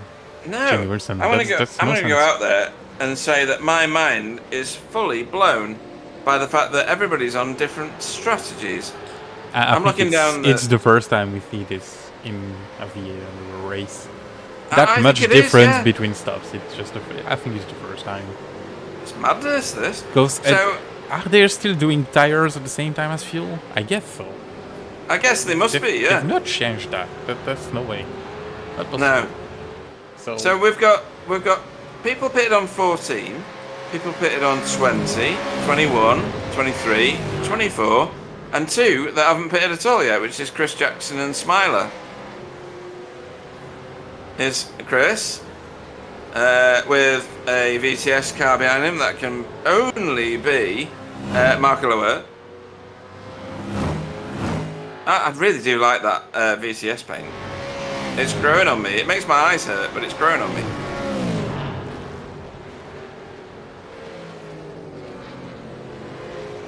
Chris still going. Oh, that's wiggly. It's going again. What? Oh yeah, that'll be right. So here's Smiler. He will possibly pit this lap. Maybe the next one if he's saved enough fuel. Well, if you want to go for a two-stopper, you need to stay out for at least 5 more minutes. 5 more? Yes. You need to go to 45 minutes if you want to, split it in 3 parts. That's obscene. Only weirdos and perverts can do that. Well, that's a strategy. You can afford to lose 1 minute on both, on your 3 stints. In total, you can use almost a minute by saving fuel and going slow to, keep that fuel in time. Yeah. So Jamie has now moved himself up a horrendous. I'm not going to even quote how many positions because it's obscene. He's now chasing Jamie McKnight, as you can see, and Kenzie's not that far in front either, really. Oh no, he is, isn't he? He's like 11 seconds ahead. So a bit strewn out at the front. It depends really where Chris and Tyler end up pitting and coming back out again. And then, of course, there's the utter nonsense about where everybody ends up at the end of the race. I don't even know where everybody is now. It's just bonkers at the minute. Well, Chris is still doing pretty good lap, 1:30.6 for the last one, where Kenzie did 1:30.3. So it's not that bad for Chris, Right. considering it is a bit slow. So He is race leader. with 26 laps tires, that was a pretty good lap. Tyler 1:31.4. That was a bit, yeah, not as good. It's And Spinal's times. So that's definitely a 3-stopper for everybody, but that's gonna be a very short one for Chris and Tyler at the end. Will be interesting to see if they keep going that way and save fuel as they did for the first stint. Yeah, do you think they can only do that if they continue to get tow, or do you think they can fuel save enough without tow in order to achieve what they've already started with? Well, looking at the amount of straight you've got on this track and the length of them, if you're not behind someone, you're gonna lose more time if you want safety. It's the same amount of fuel. It's still possible, just to lift and coast and braking, but it's not gonna be as efficient as being behind someone else. So they need someone to get the area from them and everything. So Kenzie's passing by, and Chris is here we going go. out. So yes, Chris is not that much of a lose, Oh. That's the undercut effect that Kenzie just get from hitting early, new tires and everything. Yeah. And Tyler is out now. Adam just passed him. That's not a massive loss either, is it? No, it's not that bad. A bit more for Tyler, I would say. Just a few. Yeah. Few seconds. But more. 3 laps. That's a lot. That It's is a immense. huge It's amount. immense. Yes. Because now Adam tires will start to fall off a bit, and he will lose the benefit of that undercut. Where Tyler now will have full grip, and he will be able to catch a bit of that gap. Not on the first lap. You need to warm them out, but after 1 lap, he will start to gain time. Yeah, just He's now at 3.7 seconds behind Adam. So I just for expect the gap anybody to be at least 3 seconds. Yeah. Anybody that's new watching this, when you change the tyres on a V8, you change them and they are made of glass. There's no grip at all for at least half a lap, and then it starts to come to you, and then you get that beautiful heavenly moment where you've got all the grip in the world. The track is your oyster, and you can do no wrong. But it lasts for, how long do you reckon it lasts for, Sam? About quarter of a lap? The really good feeling, probably the first half of the first warm lap. But you still have good tires for like 2-3 laps depending on the tracks. Yeah. And this one I would say 3 laps. 3 laps. Yeah, that's fair. Because you got some big straights for them to cool back down, haven't you? Yes. And not so many corners. And Tyler has already gained 3-4 tenths at the end of the lap. Yeah, he has as well. Yeah. So expect him to gain, I would say 3 seconds at the end of this. Well, he's already at 3 seconds now. Kind of. For right at the front, Chris Jackson's got he's only behind Kenzie by 1 second now. So he's clawed away an entire second. Has he clawed back more than that? He may have done. It's hard to tell at the moment until they do another lap. But as long as he's basically sat on the rear bumper of Kenzie, even for 3 laps before he pits, he's already got a massive advantage. Well, I think he already has an advantage because he's already back on Kenzie, and with the draft, he will be able to catch. 1 second is nothing. It's nothing. No, so. And it's not a second anymore. He's inside it already. Crazy. I'm going to step away for a moment. I'll be back very shortly. It's a shame. You leave me alone. Yeah. I'm just the cameraman here, Yeah, just show something pretty for a while. Alright, gonna go on ball with Jamie in the Cool. middle of battle. That's gonna be fun. Won't be long.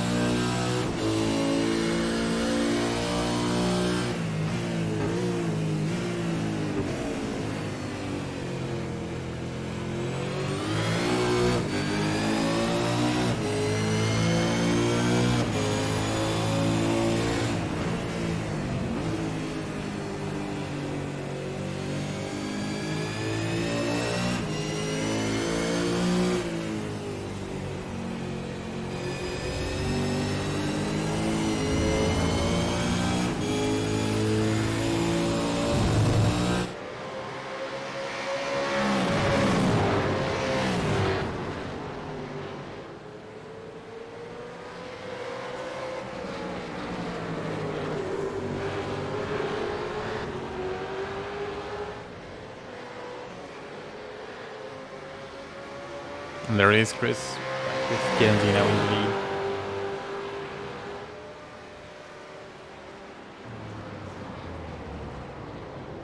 So that's the 3 laps, kind of. Almost 5 laps now on the tires for Chris. Which means he's gonna start to lose the benefit of the new tire, but now he's back with him, so that's perfectly.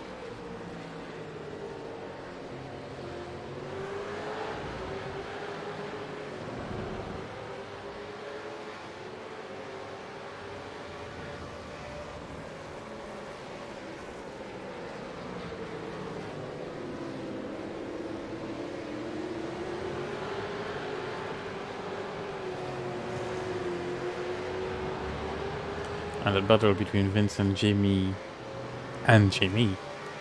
It's gonna benefit Nikolai, because he's pulling in. He's going back in that battle. Not so far, only 6 tenths behind Jamie Emerson. If they keep fighting like that, I expect Nikolai to be in the next few laps, probably.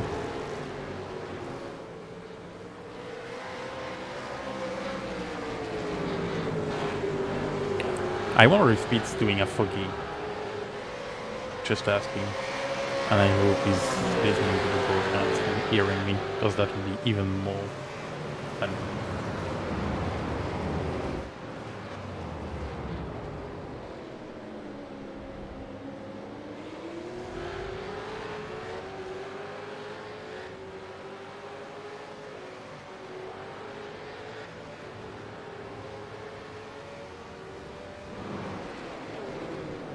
Wait a minute. Can I just pass Jamie? What happened? Missed that.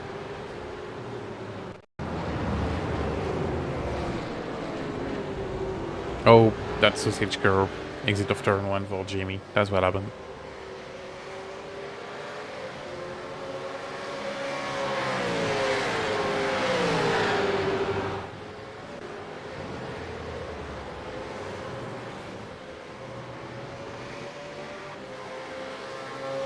Pete's missing all the action. It's a shame.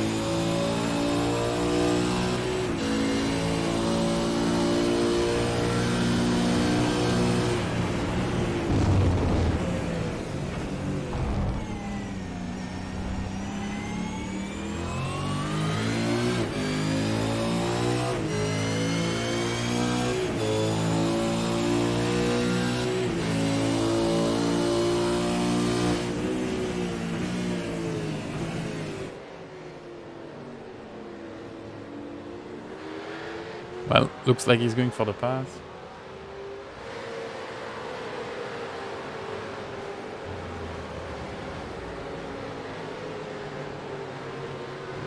Starting on the outside, but now he's in the inside for the next 2 corners.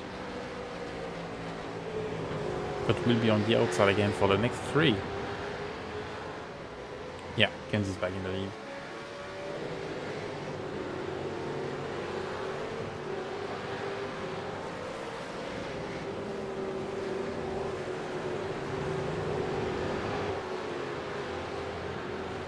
And closing in on Bob Woodhouse.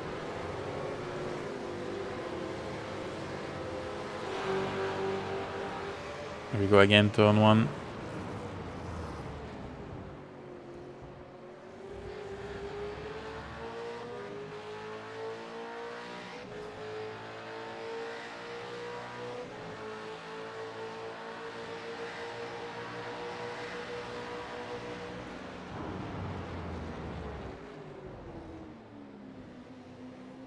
Very defensive line from Kenzie. Right then, it looks like we've lost Mike Frost and the Hoff from the race, sadly. Yeah, and you missed quite a few fast back and forth. And between Kenzie and Chris, good battle last lap, almost half of the lap, side by side. And you missed Jamie Wilson being passed by Vincent Skilbeck and then Nikolai, but Jamie managed to get in front of Nikolai again. All right, that's good. Keeps it competitive, doesn't it? You'll be very reassured that both my cats have now been fed, which is highly important, as everybody knows. Oh, that's what you call doing a foggy on your side. Yeah. That's funny. So, yeah, here we go again. This is car 11, chasing down Kenzie. He's caught him. Will he do anything about it? It might not be in his best interest to pass him. Well, I can tell you he's trying. He's trying. I've been on board this race just to see if he's saving fuel, but he's not. He's pushing and trying to pass Kenzie now. Oh. So, that... how is he going to maintain the fuel-saving strategy that he was on, or is that enough now?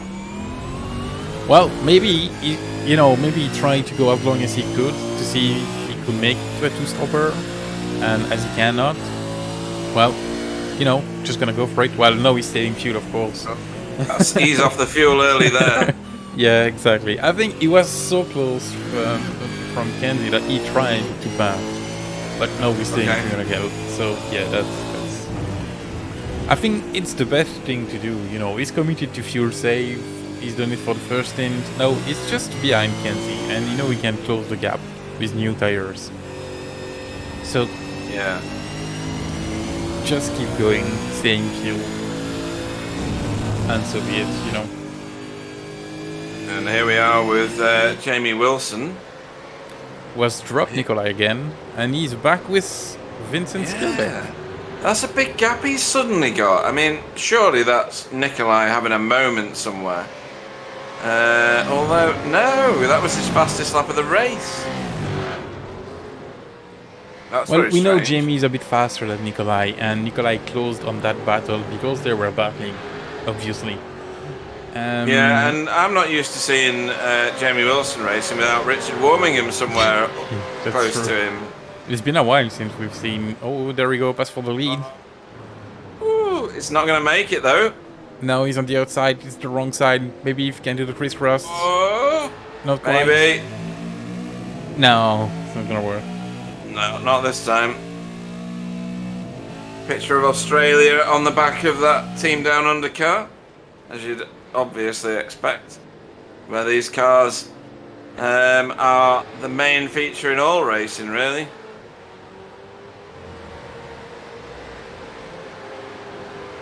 Nadine Crispy Bacon, whoever that is, that I can't remember the name of, says, sorry to hear about Tony's disconnect.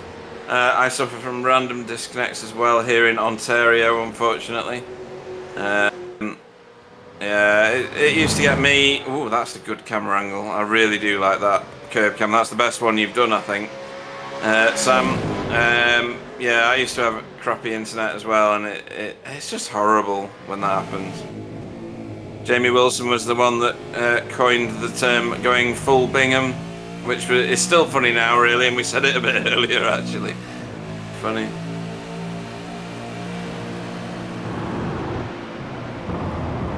Tell you what, the detail on that Team Down Under car's paint is remarkable. When we were on the nose cam of car 11's car then, there's all sorts of patterns in the red bits there. Oh, they've just gone out of shot, but there you go.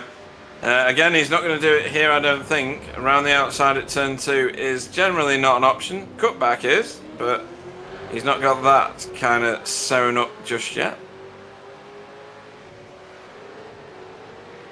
I don't know whether he's showing his nose just to make Kenzie drive faster so that he can stay in the tow for longer. I'm not sure. It would be an impressive tactic if that was exactly what he was doing. And they have time to play with. They've got 14 seconds, almost 15 on Jimmy McKnight, so, they're clean on that side. Yeah, they've got a masterful lead, these two, over everybody else. It would have been great to have Tony in the same bracket, but he's laps down now. last of the running cars. And as we all know, you've got to stay in these races. You have to. The V8 is an unforgiving beast. It will pile you into a barrier at some point if you are even slightly not paying attention. And for me, that's pretty much all the time. You can see on your track map there where the two leaders are crossing the start-finish straight into turn 1 here. And how much of a gap they actually have. It's the full straight, pretty much. Till you get to car number 3, which is Jamie McKnight there. And he's got a little answer. Ooh, Nikolai, because he was the first one to pit originally, wasn't he? Pitted on lap 14. Now he's pitted on lap 39, I think. He's back on track for the fuel, you know. If you look at the time, we're almost 1 hour in. So that means on a 3-stopper, it's gonna work for Nikolai. Oh, no, it is, yes. You're right. Hey, good old Nikolai.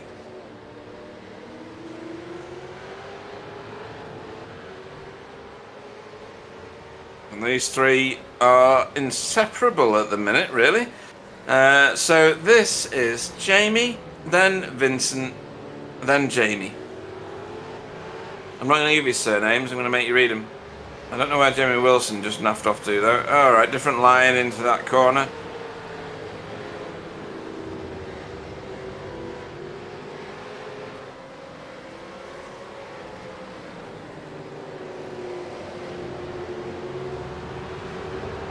Mike Wilson on the chat says go Nikolai. Yeah, he's doing a great job so far.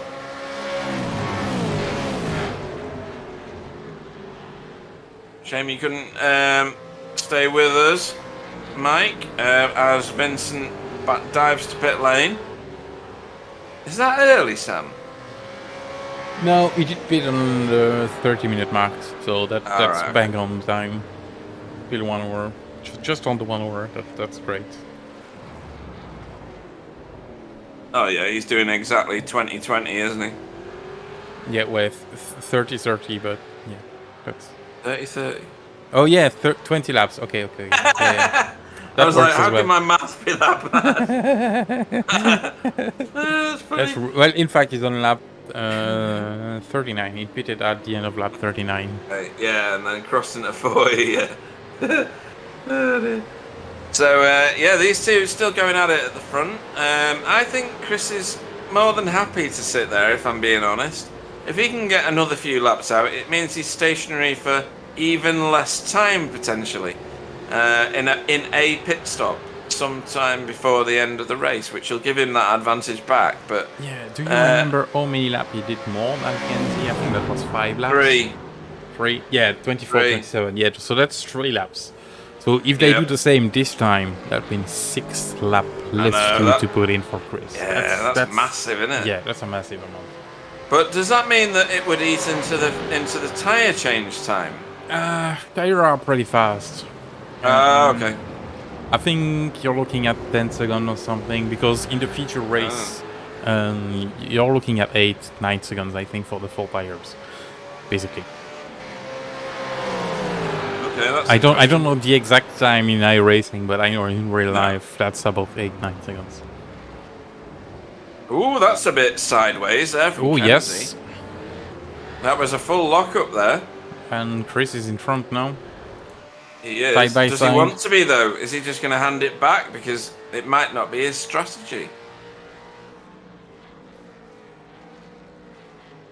They're giving each other masses of room, it has to be said. Kenzie's drops into line now. I wonder what this does. I mean, that was clearly a very small but significant error on Kenzie's part. But is it welcome by Chris? You know, it could work against him somewhere. Well, you know, he could have just lived a bit and stay behind. Yeah, I think Chris decided to go for it and take the lead. Well, he was in the lead originally. And then Tony passed him. Then he ended up with... Oh, there goes Kenzie. And that's early, in my opinion. He pitted lap 24 originally. This is is this his 41st? Yeah. Yeah, starting laps 42. So Yeah. after 41 laps. So that means... do the math, please. 41 less. We're Oh, so my bad at brain. this. 17? 17. That'll do. I'll take it. Yeah, I gotta say 17. So that's... we'll see how it plays out at the end. But maybe it's to give a bit of air. You know, be a bit further away from Chris when he's a bit at the end of his stint. Is it? Am I just talking nonsense to think that Kenzie didn't take tyres on his first stop, and therefore he's run out of rubber? No way. No. That would make no sense. You do take tires on these cars. Yeah. It's at the same time as fuel, so you have to take tires. Yeah. Because we saw him do a lock up into turn 1 or turn 2, I can't remember which now. And just wondering would he have not taken tyres on his first stop? It's pretty suicidal, really, isn't it? These cars are beasts on their front tyres, just as much as they are on their rears, to be honest. Well, if he's still that fast after 1 hour on the same bit of tyres, well, hats off. Yes. Yeah. Yeah, it was as fast as Chris.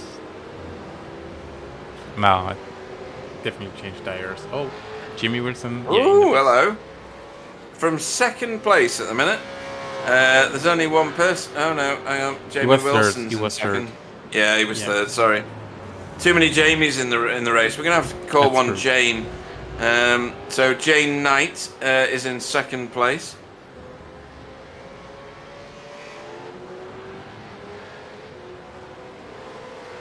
Or Jamelia. Let's go for Jamelia Knight. That sounds good, doesn't it? Makes it good and girly.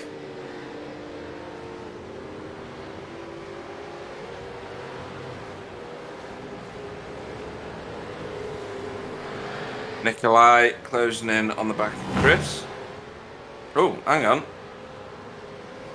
Big wiggle. It's BSTV cars, so we really should slow-mo that.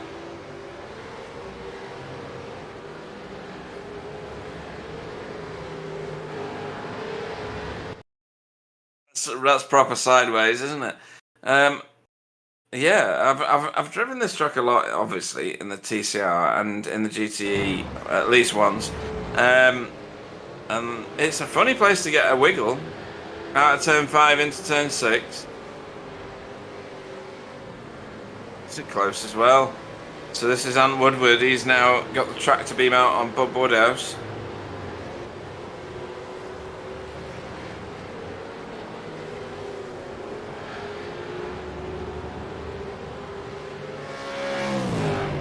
Mustang on Mustang here.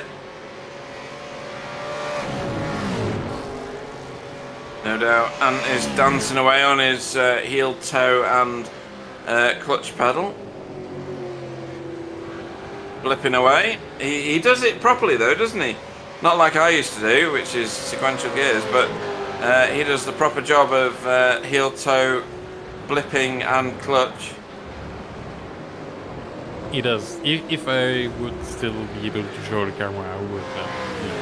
Yeah. I don't have them for the beginning of the race, which is a shame. No, but he's going for a move though. He is, and the point is, he still does it properly. I can't do it. There's no way I would do it, to be honest. It's far too complicated for me. But he does the heel toe trail braking, and he does proper clutch and blipping. So in these cars, in order to stop the rear differential from locking up, as I understand it, Sam will correct me if I'm talking out my proverbial at the end of this sentence, but to stop the rear diffs locking up, you have to blip the throttle. Stops the car from stalling and means you get a smooth sequential gear change. Is that right? I have no idea why they do blip. I just do it because I know you have to, but I don't know what that Yeah. So Okay. I guess you're correct. Yeah, you have to give it a bit of gas and a bit of clutch input in order to keep the car from locking its rear diff, because it is a spooled rear differential. I learn these things from Bill. I just repeat them generally. I don't understand what they mean. Chris Shaw in the pits at the moment on his out lap now.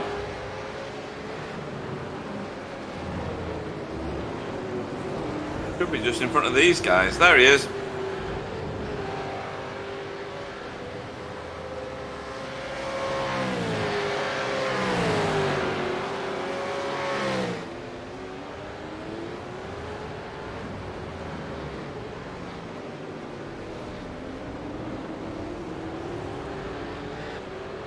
And Woodward not managing to drop Bob Woodhouse effectively just yet. Chris Jackson staying out for a lot longer than what lap are we on here? We're on lap 45. We should be seeing him in.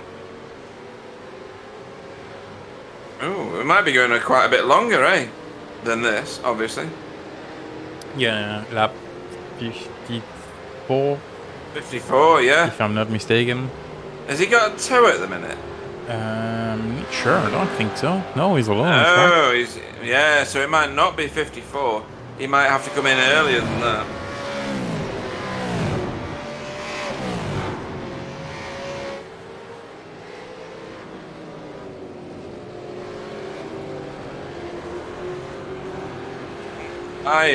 My iRacing is doing a lot of lagging at the minute, so I don't know whether there's thunderstorms near where I am in the UK.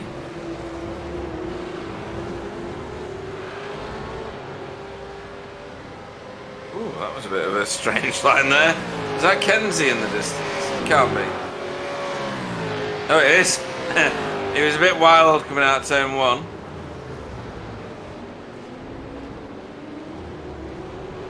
Stephen Phillips, Dashhound Racing, trying to get back on terms with Bob Woodhouse. Stephen Phillips has not gained or lost a position since the beginning of the race. He will have done, however, he's maintained the position he started in, which is excellent.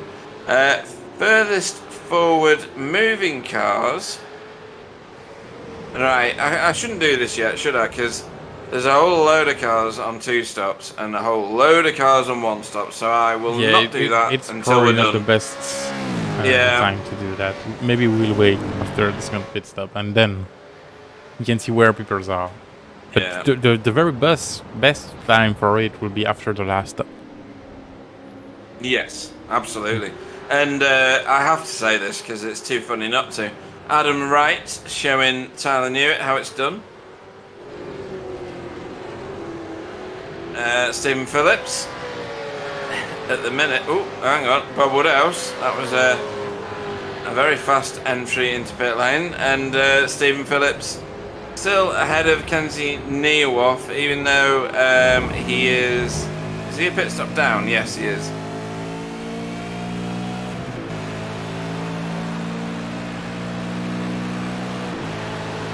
Good to see... Oh, hang on.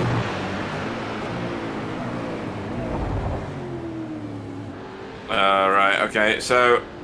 Oh, here we go. Sorry. That's a huge amount of time that Kenzie's got on Stephen. He was quite away in the distance there for a while.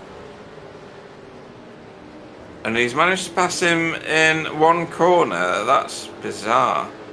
Well, Stephen opened the door and remember, Stephen is on all tires now. Oh, no, good point. Yeah, that's absolutely right. Yeah, 24 laps later. I expect Steven being in this lap, in fact. 24, we're on lap 48, so that could be, you know, Jamie's in. 1 more for Adam. I expect Tyler to continue as well. Tyler will keep going. Who's that behind him? Ant Woodward. No, that was Tony laps down. Oh, was it? Alright, yes, sorry. 121 is Tony. 1 more for Steven as well. Yes. I guess people have been able to save fuel a bit more on the second stint. Yeah, Stephen Phillips clearly managing to have done something in the slipstream of other cars there. Emilian McKnight is in the pits at the minute.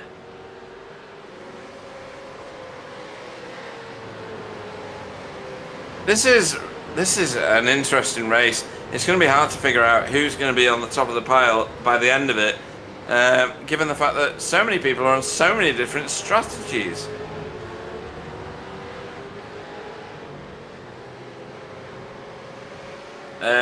Canadian Crispy Bacon on the chat says, the simple explanation, I like the way he starts his sentence, by the way, just to make me more silly than I normally am, is to match the engine revs, which is higher in the downshift, with the ground speed so you don't lock up on the downshift. There you go. I'm pretty sure that's what Bill has told me in the past, so thanks for that, Canadian Crispy Bacon.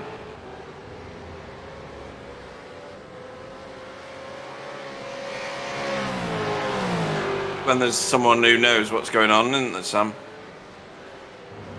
Yeah, we need at least one professional on the broadcast. Yeah, he's not in the booth tonight, but you know. Oh, that's white from Kenzie again. It is, but we're still going round. Have we had any penalties yet? I don't think so, but I will have a look. Yeah, cool. Oof. We've got the off is on 25, but I think he's quit decision. He did a bit ago. And apart from that, we've got someone on 15 incidents. Oh, right. And then a few 12s. That's actually really good. So when even in the TCR round it, you pick up incidents quite easily around Red Bull Ring. It has the rules tab. So how do I word this for people watching who've not raced? When you're in your pre-race screen on iRacing, you end up with an entries list. That's fine. A laps list, which in other words you can see for each session, whether it be practice or quali or race, what laps you did and the times, etc. There we go. I just put the thing, the rule thing on the broadcast. There you go. So the furthest one to the right is there the rules one. And it tells you exactly what you need to do to not abuse the track limits. Which Clyde no doubt will be abusing in every conversation he has, because he's a track limits Third Reich fascist. And it means that you... How did you do that on there, by the way? Easy. Broadcast magic. That's magic. Yeah, that's magic. you can thank Jamie Wilson that showed me how to do that, and I don't even remember how to do it. So the day I change computer, I'm done. But basically, I do have iRacing race things going on the main screen, and I have the right screen. You see, just a black thing with all the settings, command, and things like that. This is also how I can move cameras without you seeing me moving the cameras. Ah, interesting. See, when I go with someone and I just move left or right, you know, to shoulder left a bit more, or the right a bit more, this is how it's done without you seeing it. Very nice. And that's Jamie Wilson that teach me how to do that. Oh, well, hats off to Jamie. Jamie being the most forward-moving of our drivers today. He's picked up a whopping, and I mean whopping for V8s, 9 positions since the start. If you think back to any of our previous races, if you watch it, if you watch us a lot, I think that's Ali Walker getting out of the way of these guys, which is Jamie Wilson and Vincent Skillback. If you watch any of our other broadcasts on GT4s, especially if wobbly is involved, TCRs, GTCC, you'll see lots of, more incidents than you would see in this. These guys have got the untamable, in inverted commas, V8s to deal with, and they are clean as you like. They are brilliant. These guys in these cars, very talented, very clean, very professional, and huge amounts of sportsmanship. So my shout out for today, even though I don't have one because I'm not a racer, is to all the racers that have turned up tonight and their professionalism.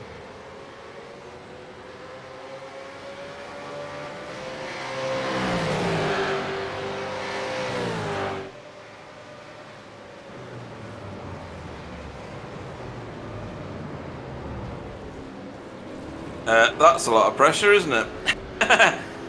Into turn 2, Vincent Skillback crawling all over the back of Jamie Wilson.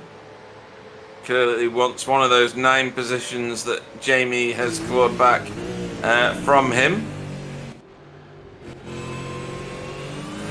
That was a big Red Bull just then. Yeah, that's the Australian connection to the server. Right. Woohoo! That was good. Vincent getting very racy with Jamie. So Jamie last pitted on lap 42. Vincent pitted on lap 39. I think Vincent was the one where I was surprised that he pitted so early. This is Stephen Phillips closing down Miro Hrasky. And this is for 11th place, yes. In the distance there, just dipping out of your screen, is Bob Woodhouse. He holds the majestic 10th place that everybody aspires to.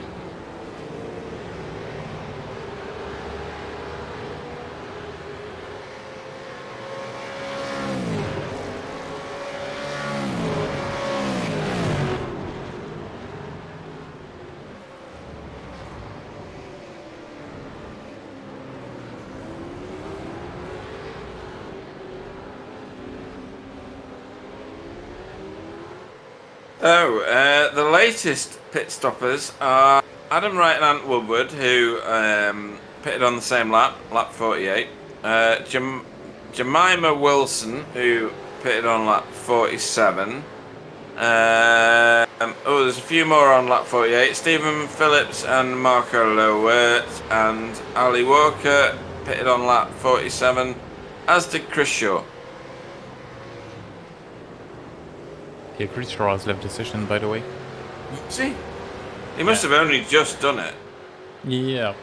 Yeah, a couple of minutes ago, yeah. Exactly. That's sad. I wonder why he didn't finish it off.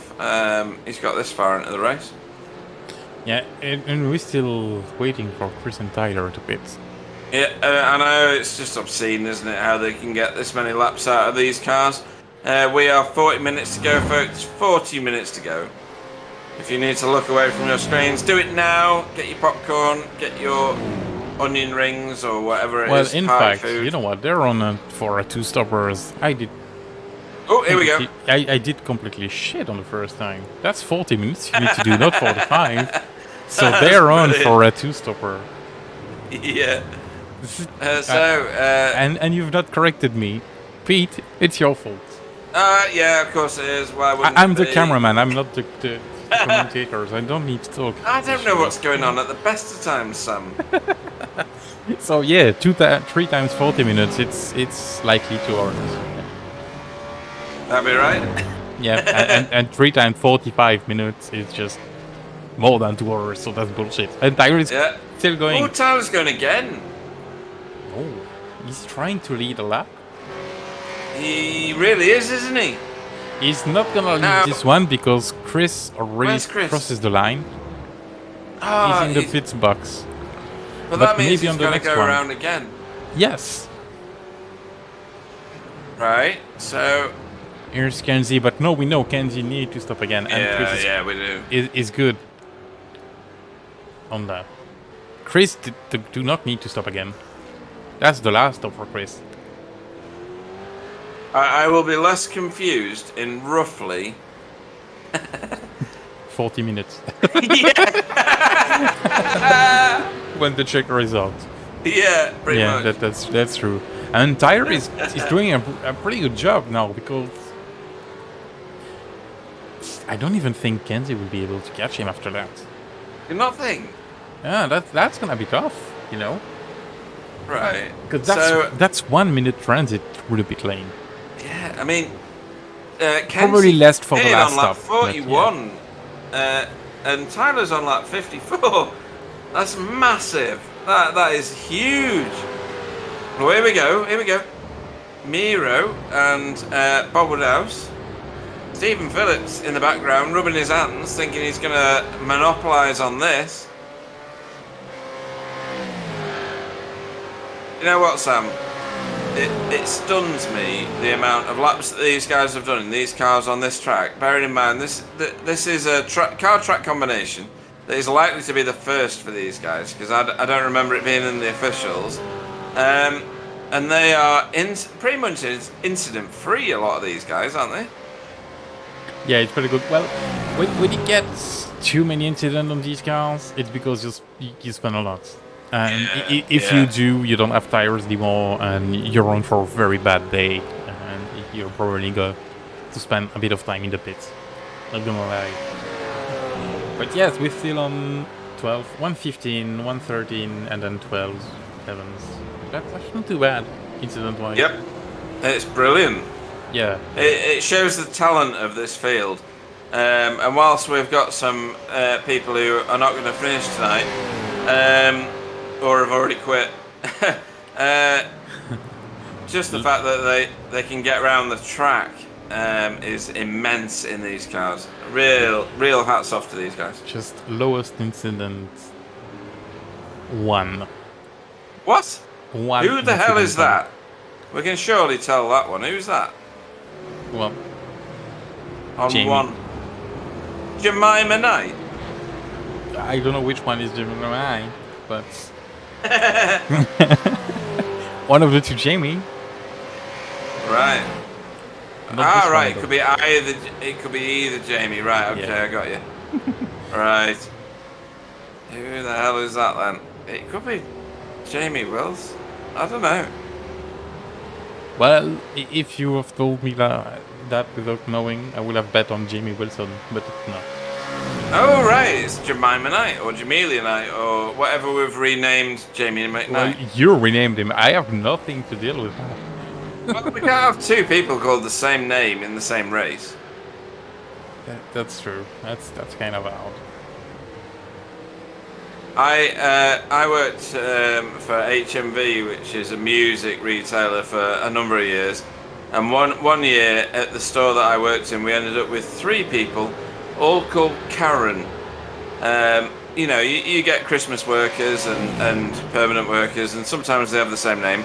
Well, I named them Dave, Bob, and I can't remember what the other one was called now. Barry, I think. And even to this point in today, they still respond to their boys' names. That's funny. That's funny. Alright. I'm just looking at the gap between Kenzie and Tyler. That's 50 seconds. What? Yes. I don't think that's gonna do it. For Tyler to be in front of Kenzie after Kenzie's pit stop. But Jamie Wilson is only 25 seconds ahead of Tyler. So that could be a good podium for Tyler. Yeah. What's the stop time? Well, you lose at least 25 seconds going through the pit lane. So that's bang on, you know. Jamie needs to put some fuel in, so Tyler will be in front. But all tires, maybe some fuel saving to do, because you know he has to do the 40 minutes.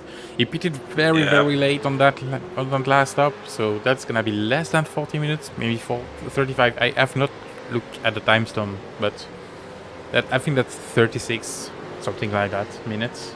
Yeah, I think you're right. But so that needs still some fuel saving to do before the end of the race, but a bit less than the previous stint. You know what? And Jamie will be on newest tires and long, so that's gonna be interesting. Yeah, that'll be good. This is one of the most engaging tactical races ever. Bob Woodhouse in the pits.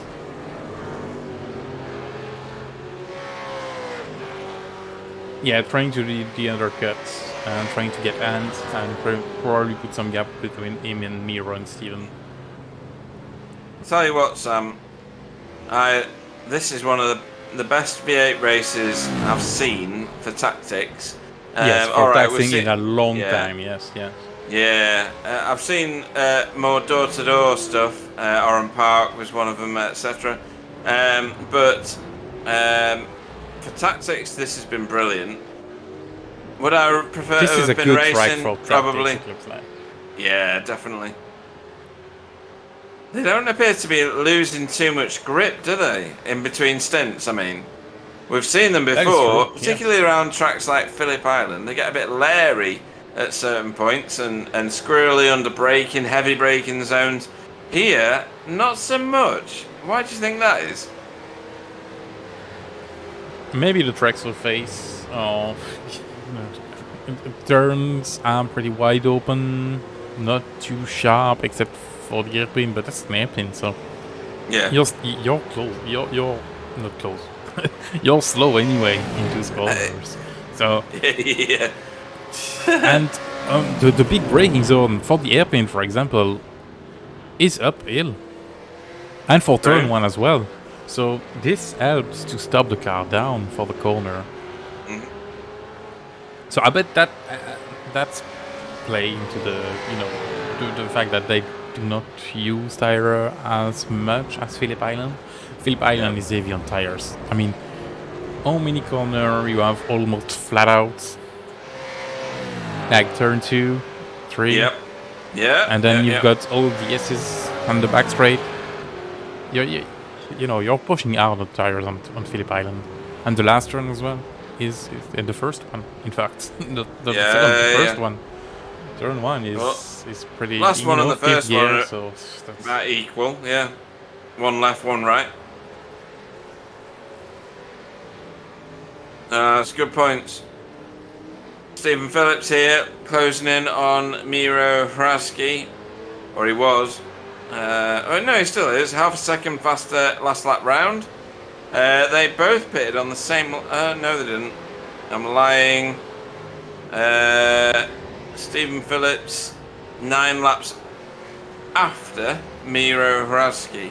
So Miro pretty much doing the 20-20-20, and then he'll end up popping in with 19 laps to go. yeah. He's probably gonna pit this time or the next one around. Let's see what happens this time. He's close. He's going. Cool. Yeah, well done, Sam. It's like you can predict the future. What are the lottery numbers for tonight, Sam, in the UK? 9, 9, 24, 75, 276. So you already seen the results? Doesn't even exist, I think. I don't even know how the lottery works in UK, so... They're about as good as the numbers that I picked. Anyway, Vincent's coming out. What's this? Yeah, Vincent's been in. Is that right? Is that on schedule? Yes. Remember, 30 minutes, 1 hour, 1 hour, 30 minutes. Oh, yeah, he's That's on the fine, money. He really is. Well, he's 46 seconds early. No, late. Sorry, late. Oh, he's a bit blinky as well. Yeah, so everybody on 2 stops going all the way through Vincent. Remembering Chris Jackson, which is on screen right now, and Tyler Newitt to not have to make a third this time. Jimmy Emerson's in. Oh, Interesting, right. because we will know where he is compared to Tyler. Tyler is already creeping in at the end of the lap.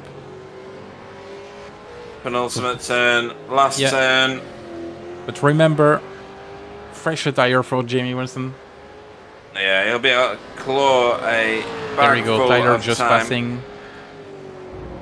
Jim Wilson still stationary. Nikolai. That's a long stop for Jamie Wilson. It is, isn't it? That's odd. Well, it's normal, you need fuel, you know. Yeah, true. Yeah, Oh, he's away. 25.7, a bit faster than the longer stops. Yeah, still pretty much delayed from Tyler. That's already 20 seconds. I don't think he's gonna make that up. Even with new tires, that's not gonna work. He's too far behind.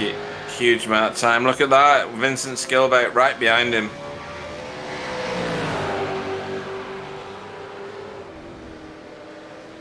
Yeah, but Vincent's tires are up to temperature now after 1 lap. Yeah. So we need to warm them up. Although Jamie's got a brilliant line through that turn 2 there. Is he going to drop in behind yet? Oh no, he's in front. My eyes did something weird then. I thought they were the other way around. Round the outside from Jamie. How much? Oh! Was that a touch or not? Oh, yes. I couldn't really tell from the camera angle I was looking at. Yeah, it was a touch. Let's Have a go look here. from above. Chopper, yeah, chopper cam shows all your sins. Chopper cam. Oh yeah. Yeah, gentle nudge. It wasn't On the much though, was front. it? Yeah, it wasn't that much, but you know, just I'm gonna take that spot. Thank you. See you later. Yeah. Yeah. Here's a bit of a shoulder.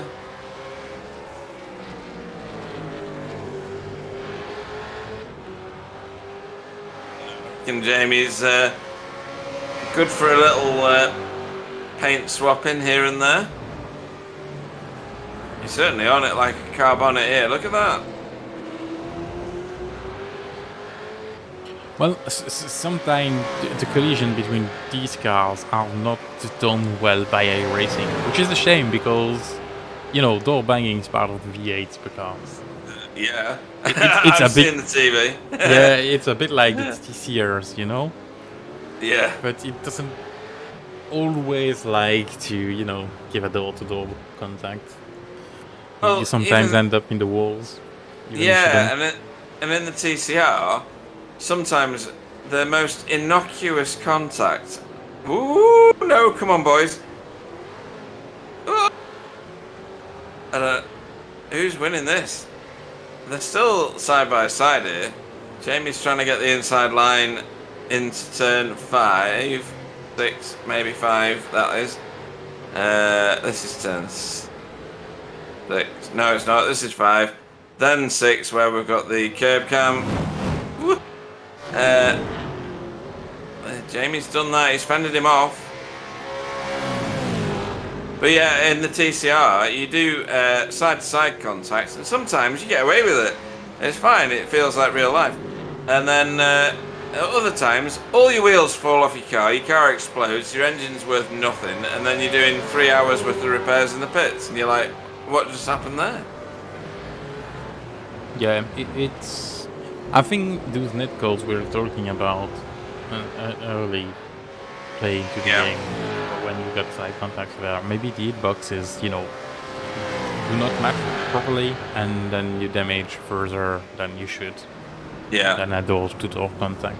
That's probably what happens. But I don't think that there's not much they can do about it because, you know, if the game see you at a spot and then the second after that they see you inside the other car, well, Yeah. you're inside the other car.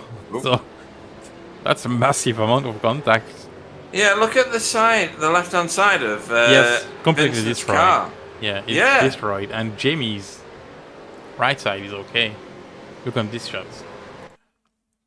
Jamie's Yeah, right side nothing is wrong with okay. Jamie's car. There's nothing, you know.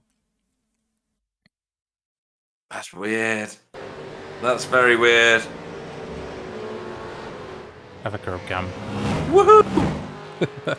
That's class. Can't get away from blinking every time that happens. Alright, Kenzie's gap 2 next. Chris Jackson, 10 seconds. Yeah, that's. I think that's Chris's races. If you know. You would expect so, yeah. I mean, there's 8 laps between them in terms of pit stops. That's massive. Yeah. Kenzie managed to put up 5 seconds more on Tyler, which probably gonna be enough to stay in front of him. Because transit time through pit lane was 58 seconds for Jimmy Wilson. Yeah. But you don't lose exactly 58 seconds, you know, because you're moving again. You just lose a little bit less. So it will be close, but yeah, Kenzie will be on new tires. So I expect a third place for Tyler. Yeah. I don't think he's gonna be able to do second. No, Kenzie's Stephen too fast. Phillips. Yeah, Stephen Phillips has done 3. No, hang on. Wait a minute. No, 2 Nope. stops. Yeah, first one and 2 is yeah. Jimmy Wilson. Yeah.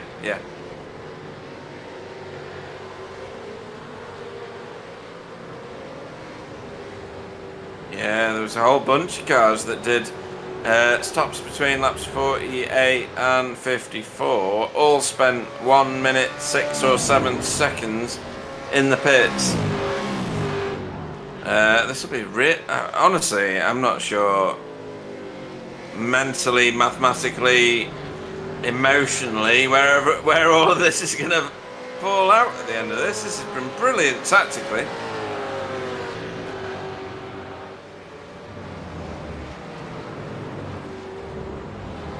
Alan knew it last time in the pits, was in there longer than everybody else, pit lane time. Yeah, but he did the longest stint as well. He did the longest stint, yeah, so that's where I was going. It's one of those just bizarre situations where, oh, hang on, Kenzie's in, as you rightly pointed out, race director. So where's Tyler? Yeah, Tyler is, you know... Just turn 5. No, 4. Yeah, 5. No, 4. Sorry. Turn 5 now. 6 with the curb cam. He's quite a way back, isn't he? Yeah, Kenzie's already going. Oh no, that's 3. Yeah. Never mind. Yeah, Kenzie is going. Kenzie's on his way out now. Yeah. Yep. There you go. So, and he's back behind Markle Word. Oh, that's not good. Yeah, that's not gonna... Nah, it's not gonna do anything. Because he's not too far behind Chris Jackson. Yeah. And he's got a long gap for Tyler. You know. Yeah. Ooh, that was twitchy. Front So what's the gap now? Play then. Yeah, 31 seconds between Chris Jackson and Kenzie. Yeah. That's... Wow. And still 16 with Tyler, so... Yeah, that hasn't moved, has it?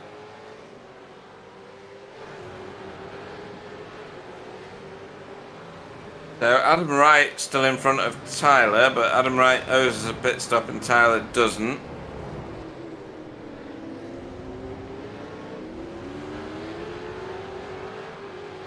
Vincent Skillback here, chasing down Jamie Wilson, who is in turn trying to get on terms with Stephen Phillips. And has done Stephen Phillips, or has he? Yeah, Stephen falls in behind him.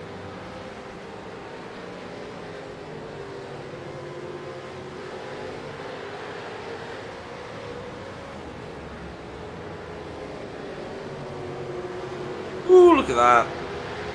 That's trusting your net code, isn't it?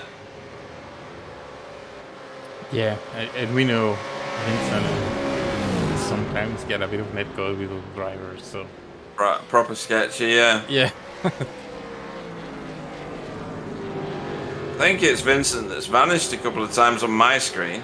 Ooh, bit of a wheel spin there from Stephen Phillips, but he's got this drive still. Tries to break the toe, tries to stay defensive, and lets Vincent go. He couldn't keep up there, I think.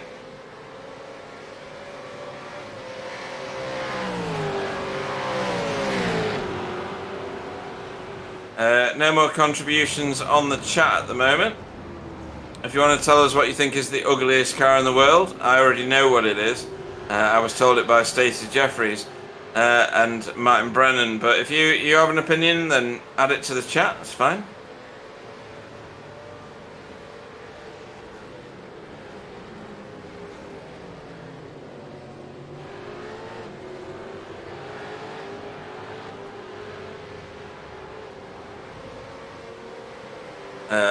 Under 20 minutes to go now. 18 minutes to be precise.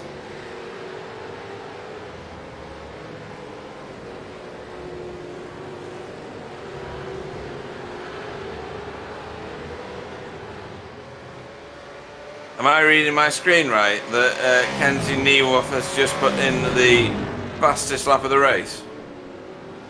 You do. Excellent. Means I'm not going mad. So he's closing in on the back of Tony, who is laps down, obviously. Just ahead of Tony is Jamie McKnight.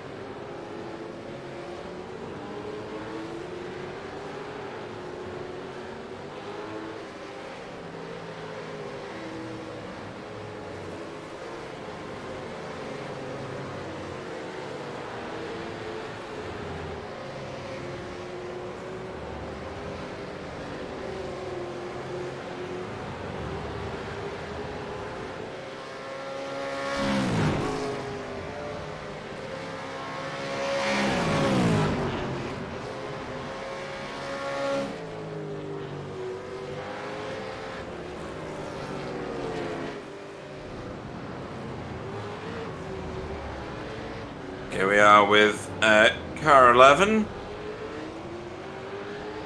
aka Mary Jackson, aka Chris Jackson, aka Lord Lucan.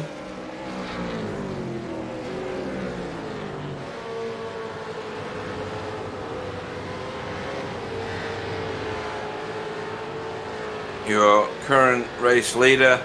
I'm trying to see. He's got 20. Is that right? That's obscene, right? He's got 25 seconds on Jamelia Knight. Yeah, and Jimmy also pit stop. Yeah. So the real gap is 29.7 on Kenzie. Oh my god. Yes. What on earth? Well, that's the pit stop difference. Oh dear. Being able to save fuel enough without losing too much time. That's, yeah, that's how you do it. It's immense.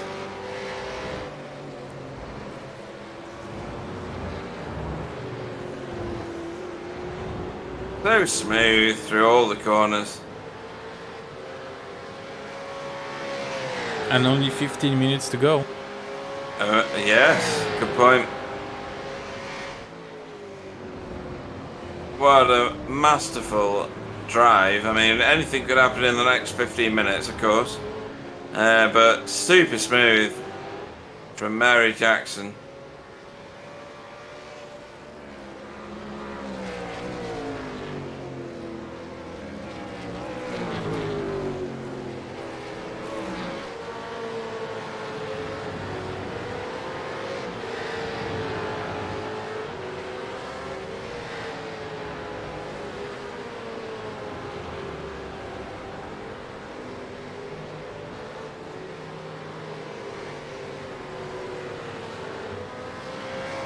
Stephen Phillips is still in close company at the moment.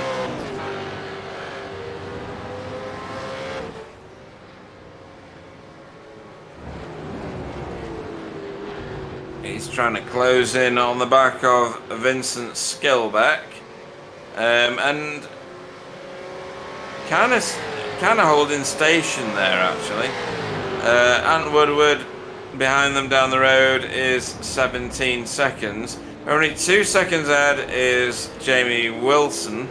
All of them have cashed in their pit stops, apart from Stephen Phillips. I think he owes us one. Sam will be able to correct me if I'm wrong. He does. Yeah. Jamie Magna is in the pits. Ah. Well, that was a bit of a late session of breaking into the pit lane. It was, yes. Yeah, hopefully he won't get penalised for that, because that would ruin his race at the last minute. Let's have another look at that. Thanks, Race Director Sam. So he blasts it in here. Good line through the first phase of pit entry, and then slideways. Oh, no, I think that'd be good. Close. It's close, but I think he's all right. In fact, he's away already, so yeah. He'd have had a stop and hold, folks, if he had been penalised there. And he is behind Tyler for 10 seconds as well. Wow. So the only one now. Adam. Yeah, Adam. You just put your camera on him. Yeah. And Stephen Phillips still has a pit stop as well. Yeah, he's got a couple of laps and then he'll be in. Maybe in on this one. He's on turn. Is that turn 2? No, yeah, it is turn 2. Sorry. He's still behind. Vincent. Pit stop would put him back with Bob Woodhouse, I think. No, I think even further away. Yeah, I think with Miro. I think between Miro and Marco. Yeah. Yeah. So 11, 12, depending. I mean, you can see what the effect is of having less fuel in your V8. He's able to crawl back up onto the back of Vincent Skillbeck from time to time. Not effect a pass, but definitely get back on terms with him. He's going around again, which may help his final finishing position.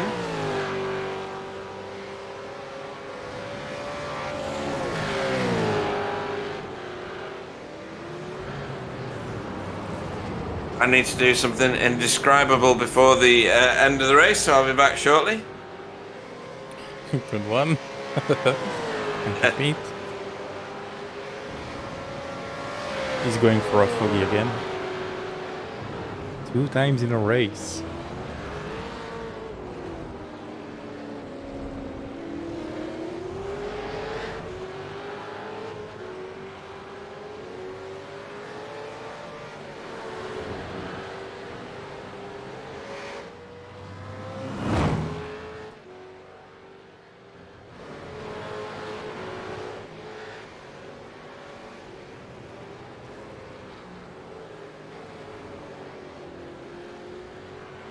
Right, and I'm in.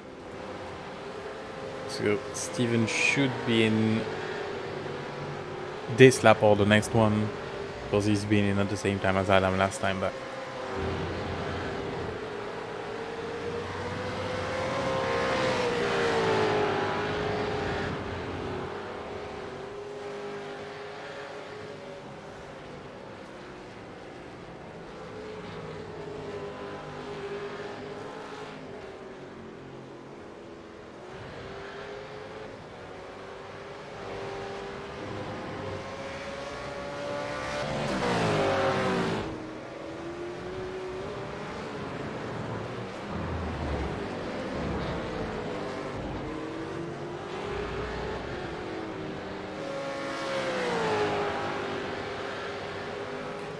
Almost 4 seconds, and I'm behind Vincent Skillbeck. That's going to be a tough one to close, even with fresher tires.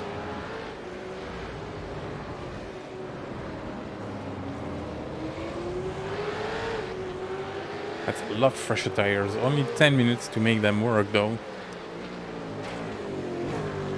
Yeah, 3 seconds with 10 laps fresher tires. Maybe. Maybe it's going to work.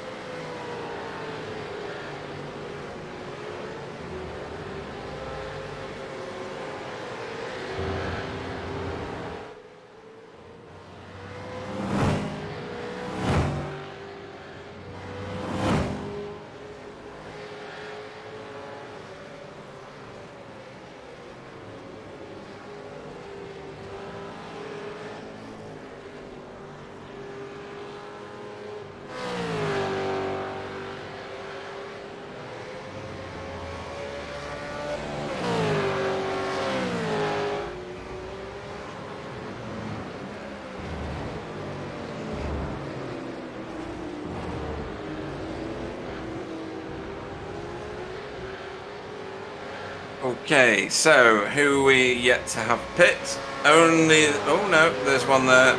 Stephen Phillips still going.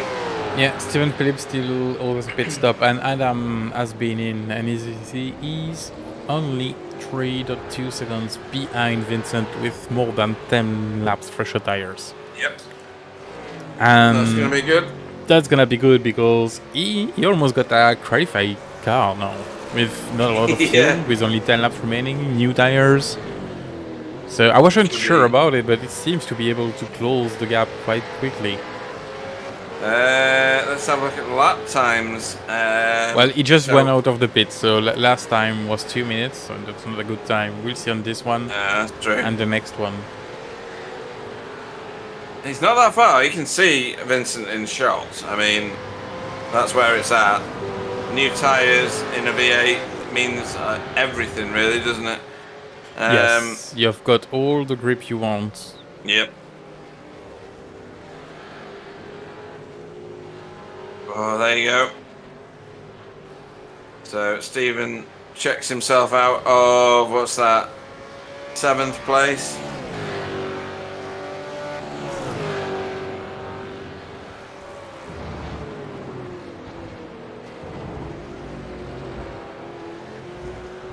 And you can see the gap. Yeah, only 2.2 seconds behind now. He should close in that gap, and that'll be a great drive if he can. Vincent Skilbeck is currently in his starting position of 6th, which is amazing. Jamie Wilson is 8 places up, which is even more amazing. Oh, there goes Stephen. He was on a splash and dash. There's no way he got tyres then, right? 9 seconds, so I guess No he way. did. I guess he did. Let's see. No way. Yeah. Oh see? my god, he pops up. Yeah, you've got time. 9 seconds, it's enough. 9 seconds? What? That's crazy. That's like Formula 1. Well, no, Formula 1 is like 3 seconds. Yeah, like 1.9 seconds or something. Full pit stop. On board here with Adam, closing in on Vincent. This is the fastest, the closest gap in the final stages here. We've got about 5 minutes left. Ooh, hang on. What? Eh? Who's that? Is that Vincent? It is. Oh my god, Vincent, what have you done? That's a gift for Adam with new tires. Now he's gone. Really? That's Oh the end my- for Vincent. What's happened there? Has he just missed his braking point? Oh yeah. Too deep. Yeah. I mean, he made it look stylish because he was almost following the tarmac through there. Yeah, but true. doing on board with that, will you? Because I want to see where he starts braking. Is that possible? Yeah, probably. I'm just causing Sam problems now, folks. There we There go. you So I will be braking here.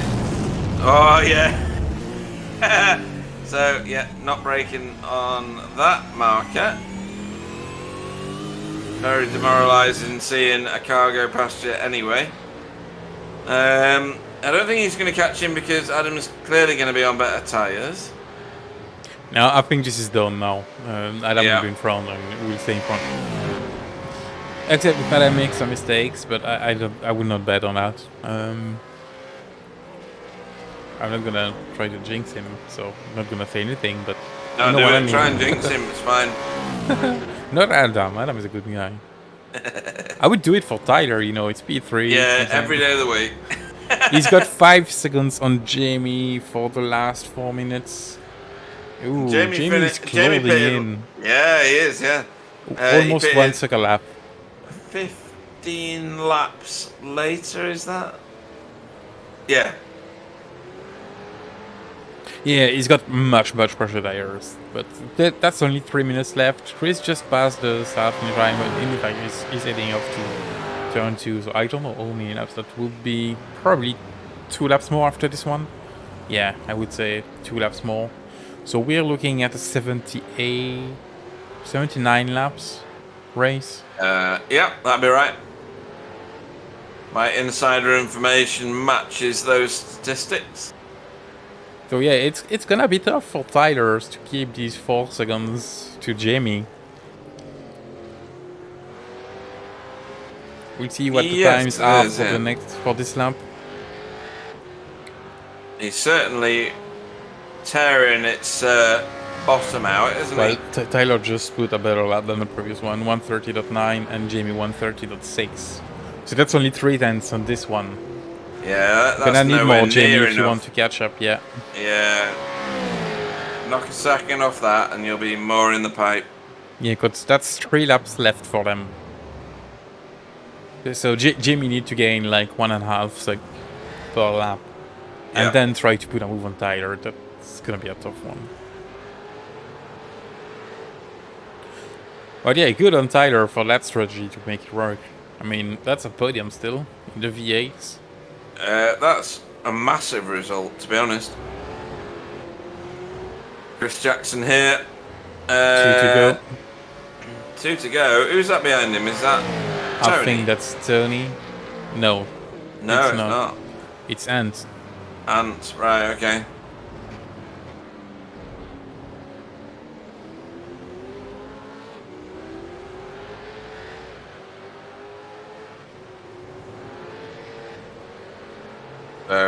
Chris Jackson has lapped everybody up to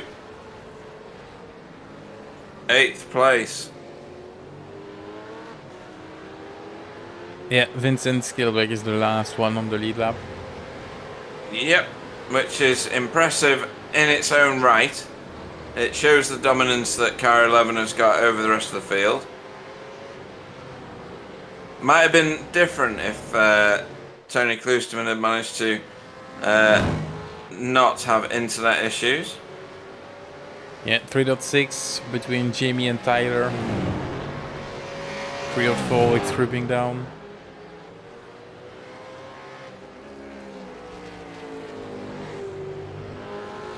White flag coming up for Chris.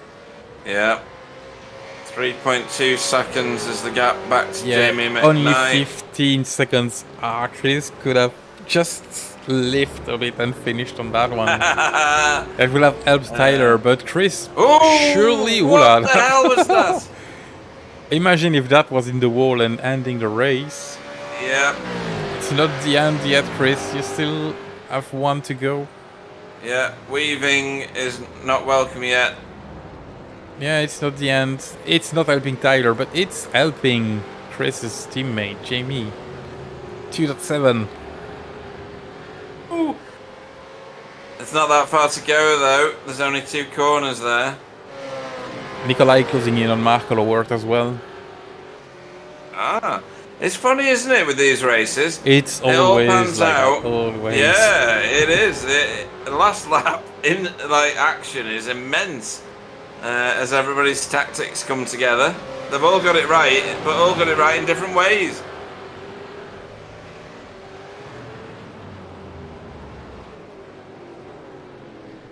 These two into turn 2 there, and back out again.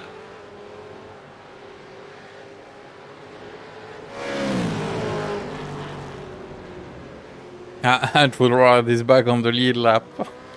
Yeah. Just let him go. There's a multi-21 of sorts in there. And that's the checker now. So leader and congratulations victory for Chris. To car 11 there. 2.3 the gap between Jamie and Tyler. I think that's gonna be Tyler's. Oh, that's close. This is very close. Whereas Kenzie comes home second. Gets a bit of dirt just for the fun of it. Oh, look at this. Oh, Jamie with some out of fuel. Oh, you are joking. Is it? Oh, he's out of fuel.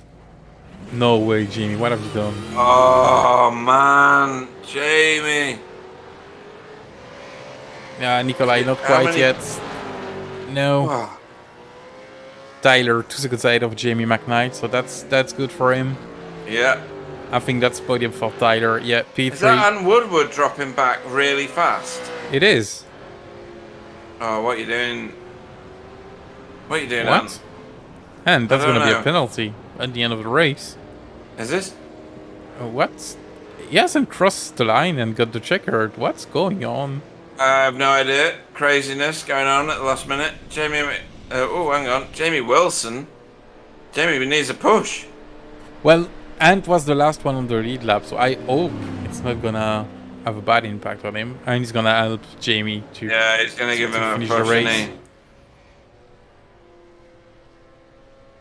Oh no, he's not. No, what? What's that? Going on? What is? I don't know. I don't know. What is this?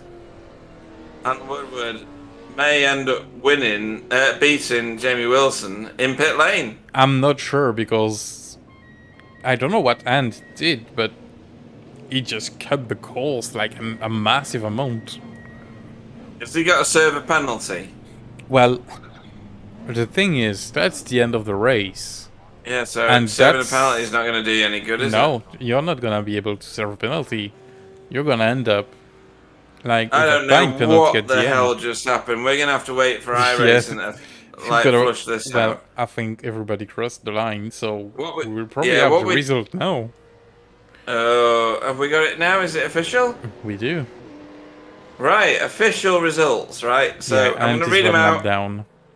Is he? Yes, but he kept his 8th position. So Okay, not that's lost fair. anything.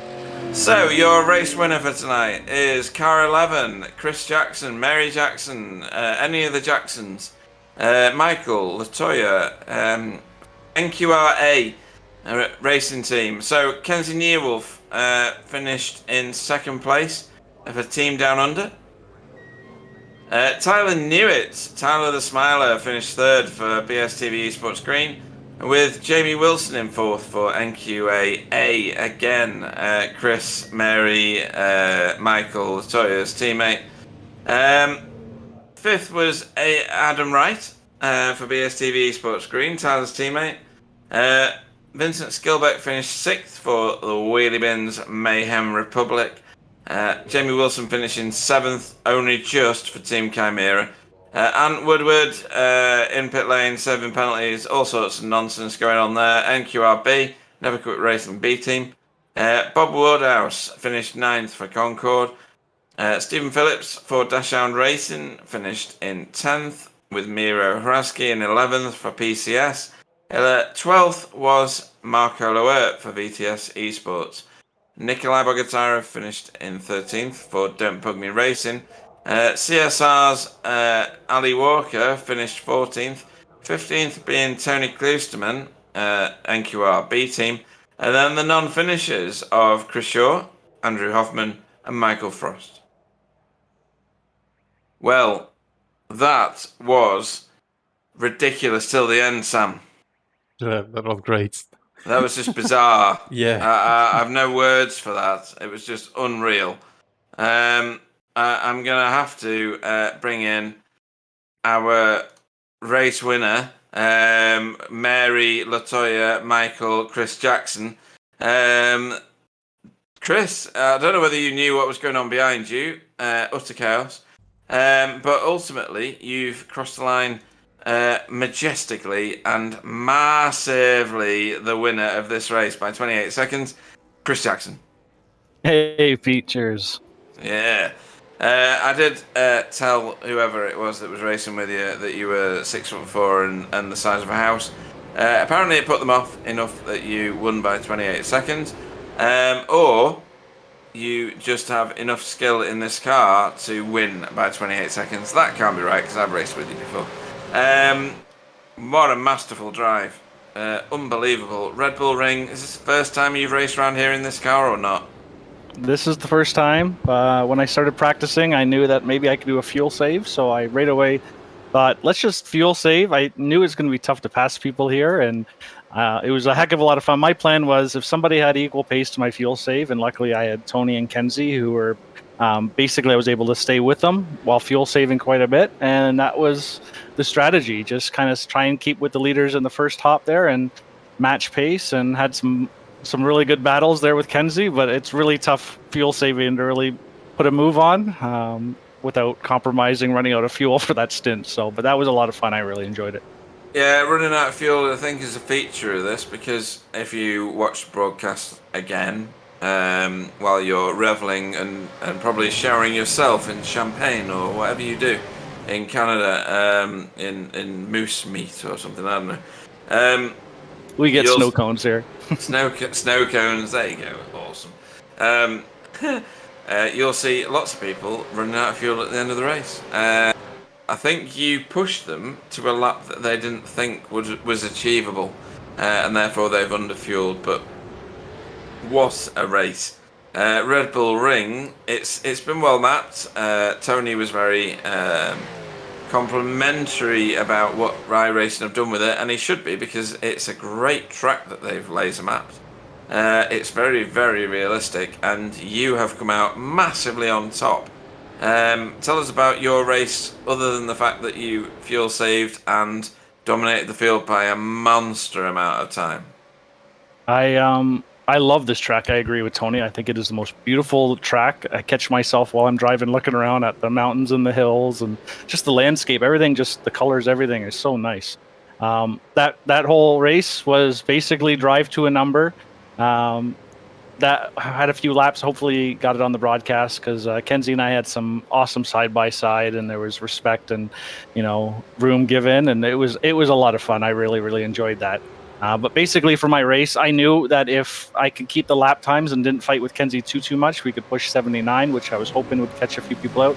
And then at the end of the race there, I let Ant go by in case people ran out of fuel, that he might have been able to pick up a few spots. So that was kind of the strategy. Yeah. I think it would have nearly worked for him as well, because there was lots of people spluttering over the line. Where did he finish anyway? He finished in front of Jamie Wilson, so you did him a favour there. It was a very interesting race. And where are we next again? Is it Mosport? I can't remember. Hang on. I think Mosport, and that'll be the Hoff and Tony's track. I think the Hoff said he was going to get a podium there. So the Hoff says he gets a podium everywhere. And I've yet to cash in on that, to be honest. I keep putting money on William Hill on the Hoff and keep losing it, to be honest. Mosport next time out. Anybody you'd like to have a shout out to before we let you go and celebrate in your simulated champagne shower? Racetech, the league sponsor, Simability, our team sponsor, our team. Tony had the strategy there for letting Ant by, so good job, Ant, picking up a spot there at the end. My beautiful wife, my kids, my in-laws are watching my kids today, and my wife is off playing with her friends, so I'm going to enjoy with some wine tonight. So thank you very much, guys, you guys for the broadcast, and everyone who turned up today. Thanks a lot. Some stuff. So which Jackson was it that was actually driving? You take a guess there, PD. Okay, then. One of the Jacksons. Anybody My can wife, guess. the better half, always the better half. Yeah, totally. Fantastic racing, Chris. Awesome stuff. And I bow before you. Congratulations. Thanks a lot, guys. Cheers.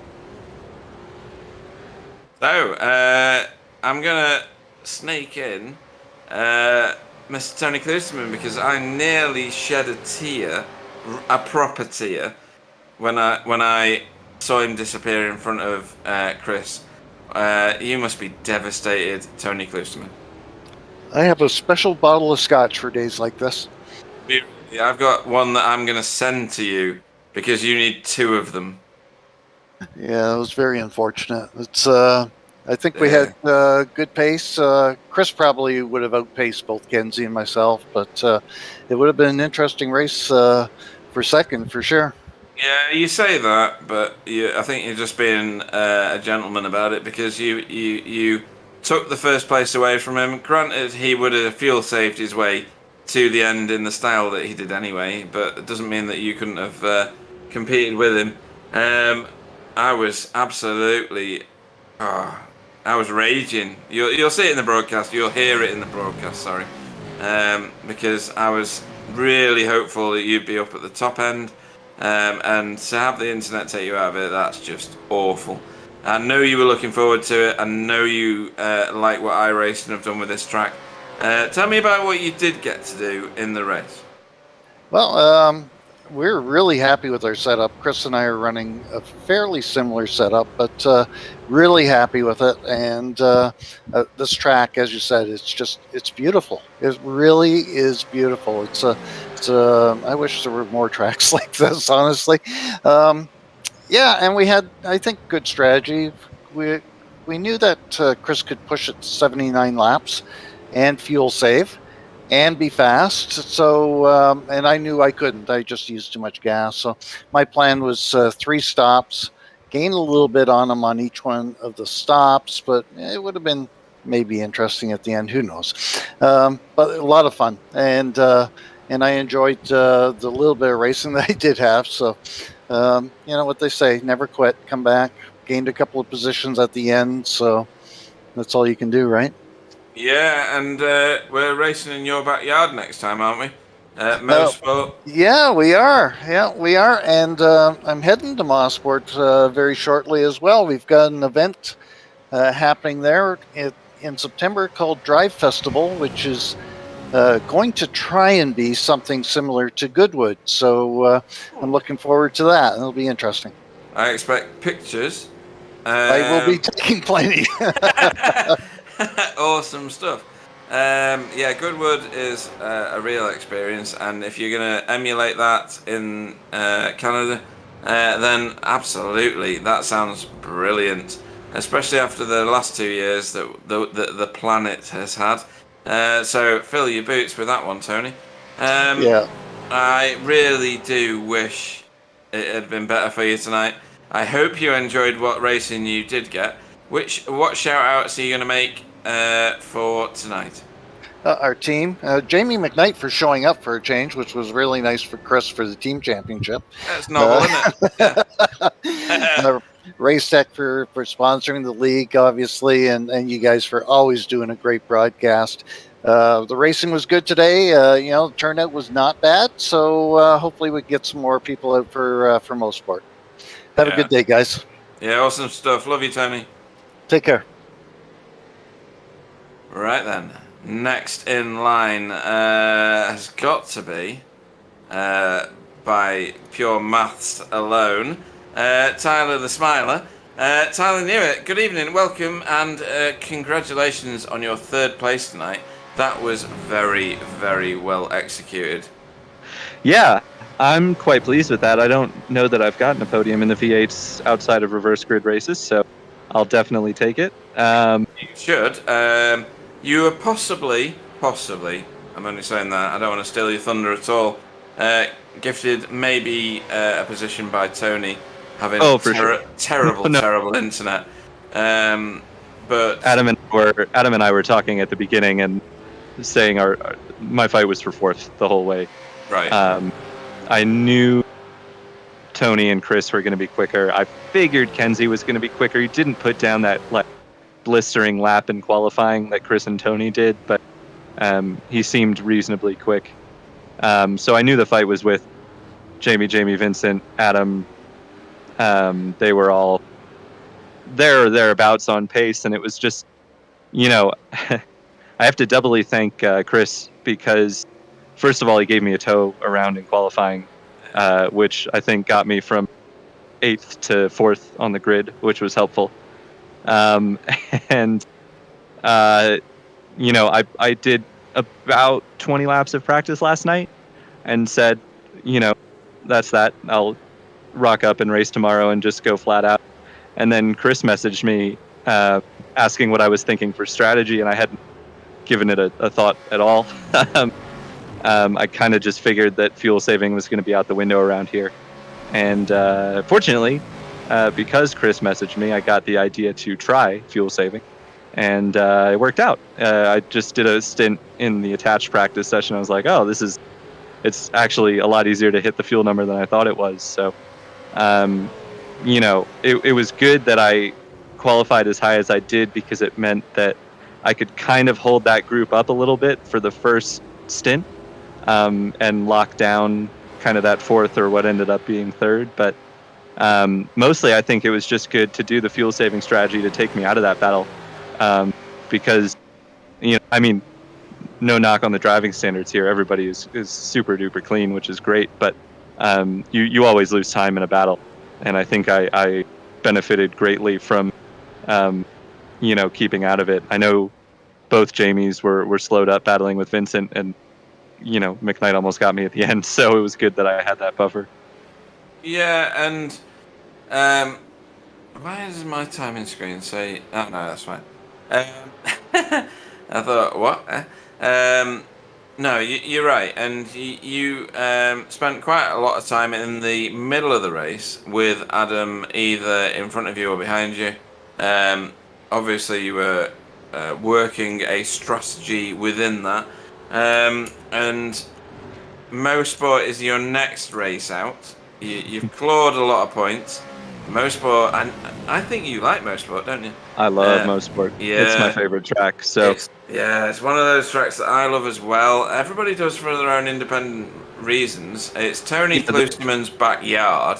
So how do you feel that you're going to go there? I think it's the favorite track of all the quick guys too. So I need to start hating it then. I don't know. Yeah, I'm not anticipating greatness there any more than I was today. I think, with the V8s, it's basically give qualifying everything I've got, see where I am, and kind of run to my pace so I don't, make mistakes. and I think it's going to be another case of that at Mosport. Just I'm going to put in some practice, but I don't anticipate being as quick as Chris and Tony and them all. They're super quick anyway, and they love Mosport, so it'll be just kind of running to my pace and enjoying driving around the track, I think. Some stuff. Anybody you'd like to shout out to before we let you disappear? Yeah, BSTV, of course, for putting on the broadcast. I know you two were going at it alone today, so thanks for that. Even though I'm pretty disappointed in Sam messing up the strategy call for the first half of the race, but thanks to you guys for doing it at the end. I know, I heard. Mats are it's the weekend. Yeah, this is a BSTV domestic, folks. Thanks to Adam for helping out. I mean, he's gotten so quick in these V8s.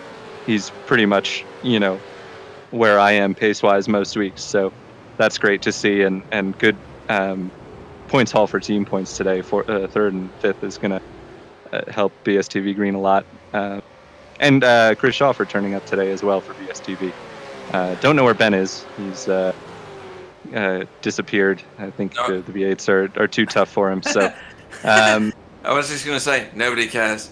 Yeah. But either way, good to have all the BSTV support in the series and all the series we do. So yeah, thanks. No, that's cool. And you're right.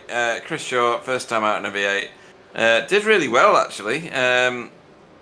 He didn't finish the race in total, but that's for next time, isn't it? There's plenty of V8 races I've not finished, so I can't really speak. Great racing tonight, great tactics, well executed. Third place and the podium, Tyler Newitt. Yeah, thanks, guys. He's gone. Right, okay, who's next in line here? Vincent. Right, let's go and get Vincent. Hopefully he's in the booth now, 6th place. Vincent Skilbeck, you qualified 6th, you finished 6th. The bit in between was full of action. Vincent Skilbeck. Oh, ha! Yeah, it was. Hey, always good to have you in the booth, Vincent. Yeah. That was 2 hours worth of serious effort, right? Yeah, it was actually. Yeah, the first part of the race was pretty decent, having a fight with both Jamies. I do have to say sorry to Stephen Phillips because from this point on, you need to call Jamie McKnight Jamelia. By the way, it's the only way that we can distinguish between the two Jamies. Oh yeah. Yeah. Oh yeah. Yeah, but yeah, it was a good race overall. It was certainly exciting to watch from our perspective. You ended up finishing behind Adam Wright. I'm not sure where, because you were right at the pointy end at one point. And where did it go that you fell behind Jamie and Adam? What happened there? So after the pit stop, I did manage to just jump Jamie Wilson coming out of the pits, and then we had a pretty decent fight for the next couple of laps, which put us both behind Jamelia. Yeah. But with Adam Wright, it was just a case of him pitting very late in the race and me making too many mistakes towards the end that put him in front of me. But he probably would have had pace on me to get past me at the end of the race. But yeah, I just was making too many mistakes at the end, and yeah, he got past. Okay, and Mosport is the next venue for us to visit. That's not too far away. It's a fortnight away, August 21st. There's a few people out there who think that that's either their actual home, that they are that weird, or it's their backyard, equally as bad, or they're really good at it. which I'm not, and other people think they are and they can't be. What's your opinion of Mosport? Yeah, I really like Motorsport. I've done a lot of laps there. I've had a few good races and a few bad races, but yeah, I think I might be on the pace, but I'll just have to wait and see.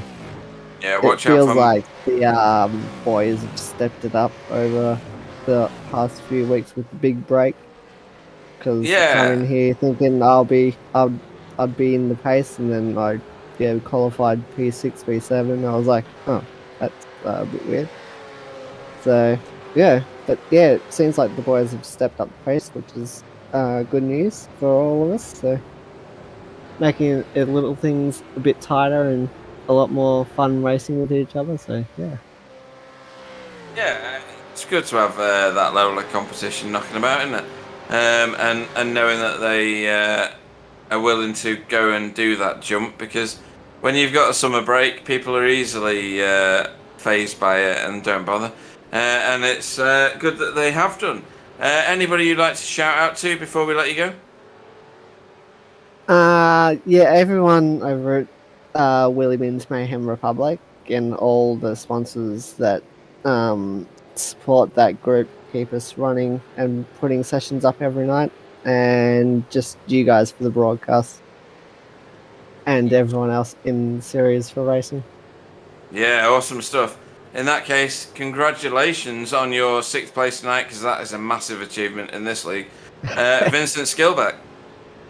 Thank you guys. Catch you guys at Motorsport. See you later.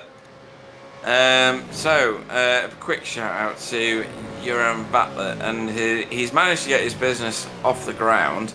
They sell sim rigs, so I urge you all, if you've not got one, unfortunately, I could have got a bargain one because he owes me a free one, so the rumour goes. But I bought one recently from another company. But if you go to www.simworld.be, you can get yourself a pretty good bargain. Little plug there. Hopefully he'll pay me lots of cash for doing that. Doubt it though, but there you go. So next person in line has to be this boy here. Now I'm not going to tell you who it is, other than the fact that he's half English and half Welsh. Hard to tell really when you live in that town. Good evening, Ant Woodward. How you doing?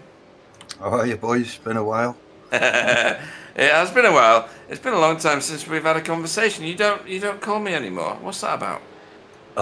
Well, I only come in if I do okay, and tonight I didn't really do that well. But I thought on a 2-hour broadcast, 5 minutes of waffling at the end's nothing really, is it? So it's not, no. And actually, you did better than you are describing that you did, because you're 4 positions higher than your quali. You finished 7th, which is a good points haul. You're stuck in between I rating to 4,000 and 3,700, and that's a result to me. oh well, I didn't want to say it, so I'm glad you did. We had Stacey on the chat, we had Evie on the chat, we had a million of your fans, if a million is 2. And tell me about your race. Yeah, it was long. Just try to stay out of trouble, you know how it is on these long ones. Done a few races this week in the officials and got nerfed in each one of them, so I know how it works at turn 2 on the first lap. So yeah, just tried to stay out of trouble and had good racing with Bob. Yeah, it was okay. One too many pit stops. Yeah, totally. I think you benefited from the fact that Chris let you through in the end, didn't you? Did you actually manage to get a position on Jamie Wilson before the end or not? Did he cross the line? I don't think so. If he crossed the line, I didn't get a position, I don't think. Right, okay. I'm not sure anymore. Things have happened, and I may have had some alcohol, but...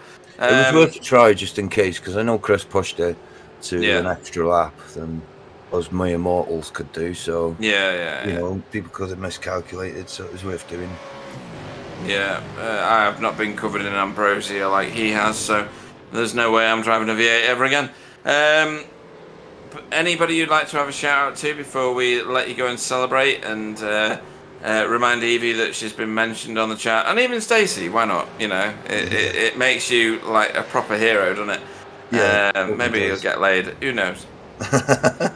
Yeah, so team obviously and Sim Mobility, team sponsors, Racetech, the league sponsors, you guys for doing broadcast, and Stacey and Evie. Fun. I hope to see you very, very soon. In fact, I expect to see you at Mosport on August 21st. If you're not, then you're dead to me, alright? Yeah, I didn't like this long gap. No, I didn't either. It made me emotional that I hadn't seen you guys for too long. Okay, speak soon. Ta-ra! Love you. That was funny. That was hilarious. Right, okay. Making my way through the field now. So we now need to figure out if oh dear. Jamie Wilson gets his fuel numbers from someone else called Scott. So Jamie, good evening. Welcome to the booth. How are you doing? Congratulations on your 8th place. I was saying congratulations throughout the race on your 9 positions that you've made up on other people, but you gave some of them back at the end. Is that just benevolence? No. No, okay. My fuel numbers were right. It's just the lap number was wrong, and that's Let me go and get Chris again. Just a minute. yeah. How dare he? He ruined it. He ruined it. That's funny. So, despite let's talk beyond that. You were picking people up and putting them down behind you. That was some serious V8 racing. I'm destroyed after that. That was absolutely 100% push the whole time. I could tell. I really could. No, I really could. You were clean. You were smooth. You were taking lines much smoother through corners than the people in front of you. And you were overtaking people like they weren't there. The only problem you had, unfortunately, was you were dry at the end of the race. Yeah, not really by that much either. I spotted it too late. If I'd spotted it maybe 10, 12 laps before the end, I could have then dealt with it. But yeah, or even, I could have just put like an extra 2 litres of fuel in at the start. I just didn't. My tools were right on the edge, and I was trusting the number on the other side of the edge. So, yeah, I'm gutted. Honestly, the whole thing's just kind of a bit of a damp squib now, because I think even if I had taken that extra fuel in the stop, I still think I could have got up to Vince again, because I came out basically alongside him from that.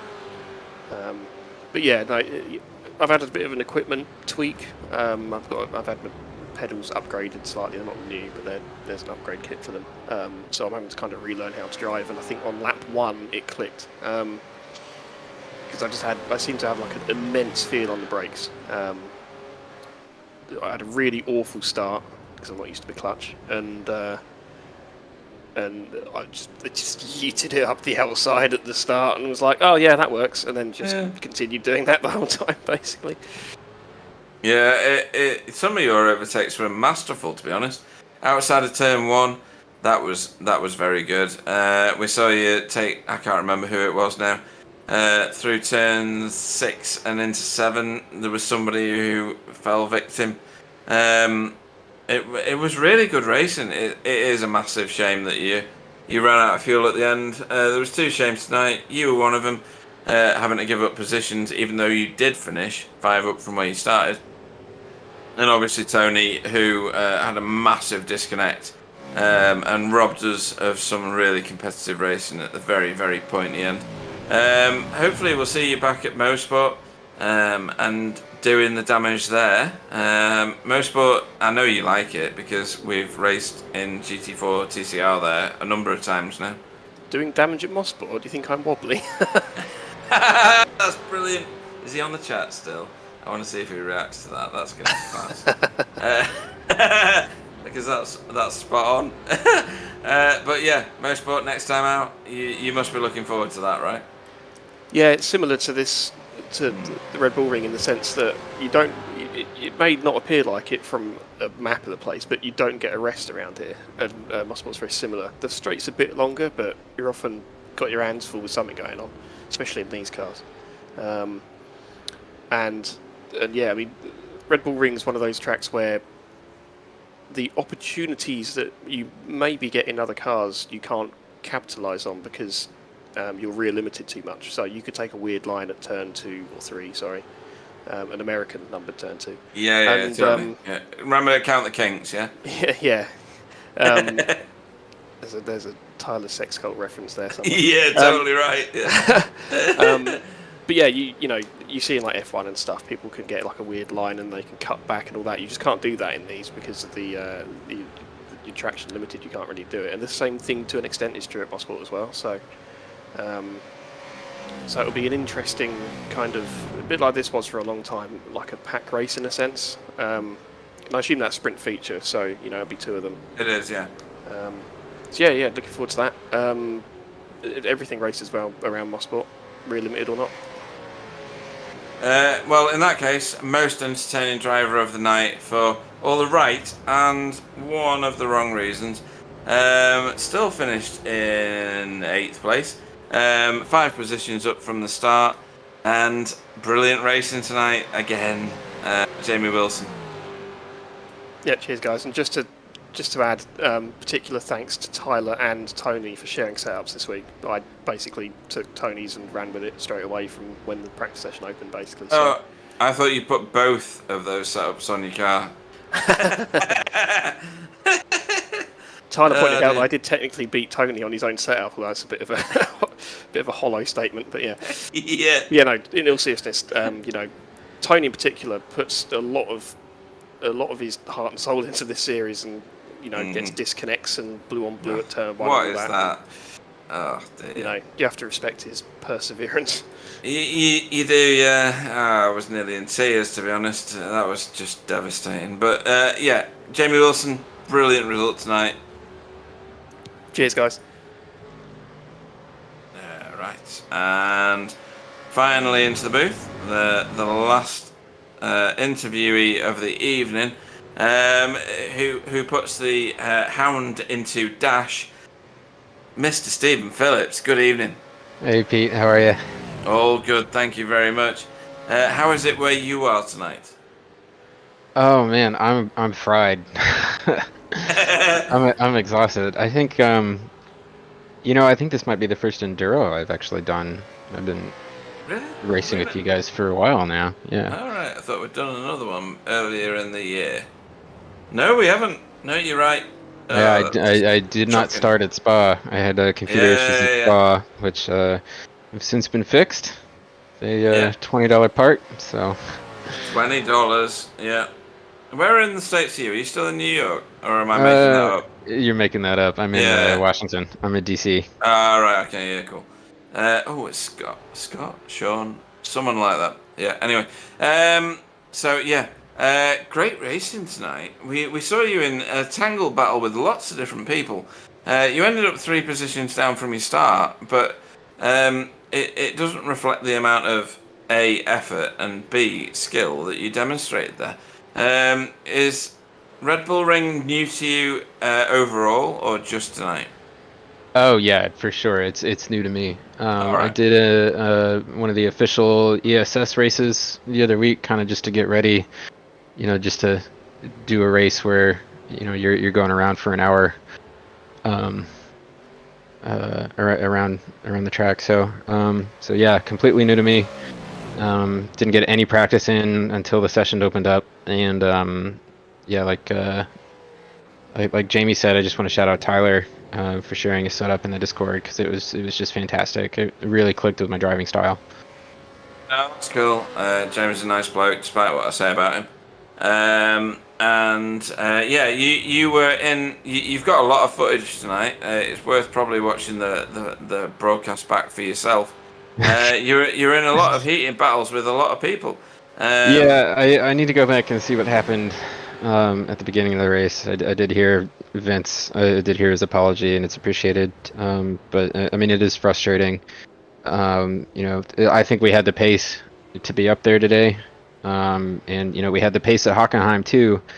And it just I need a rear gunner or something, because it does get pretty frustrating. When you're up there at the start of a race and you get punted. Cool. We were saying a number of times that this league is full of gentleman drivers, people who know when to apologise, when to give positions back and stuff, and all of that is part of this particular league.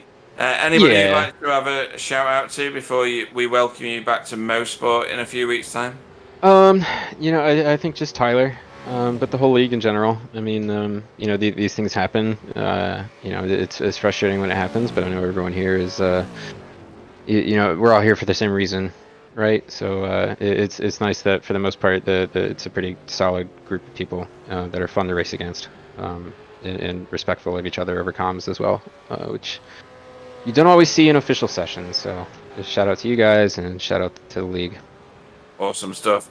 In that case, Stephen, my previous teammate, because it's been a while since we've raced together for the same team.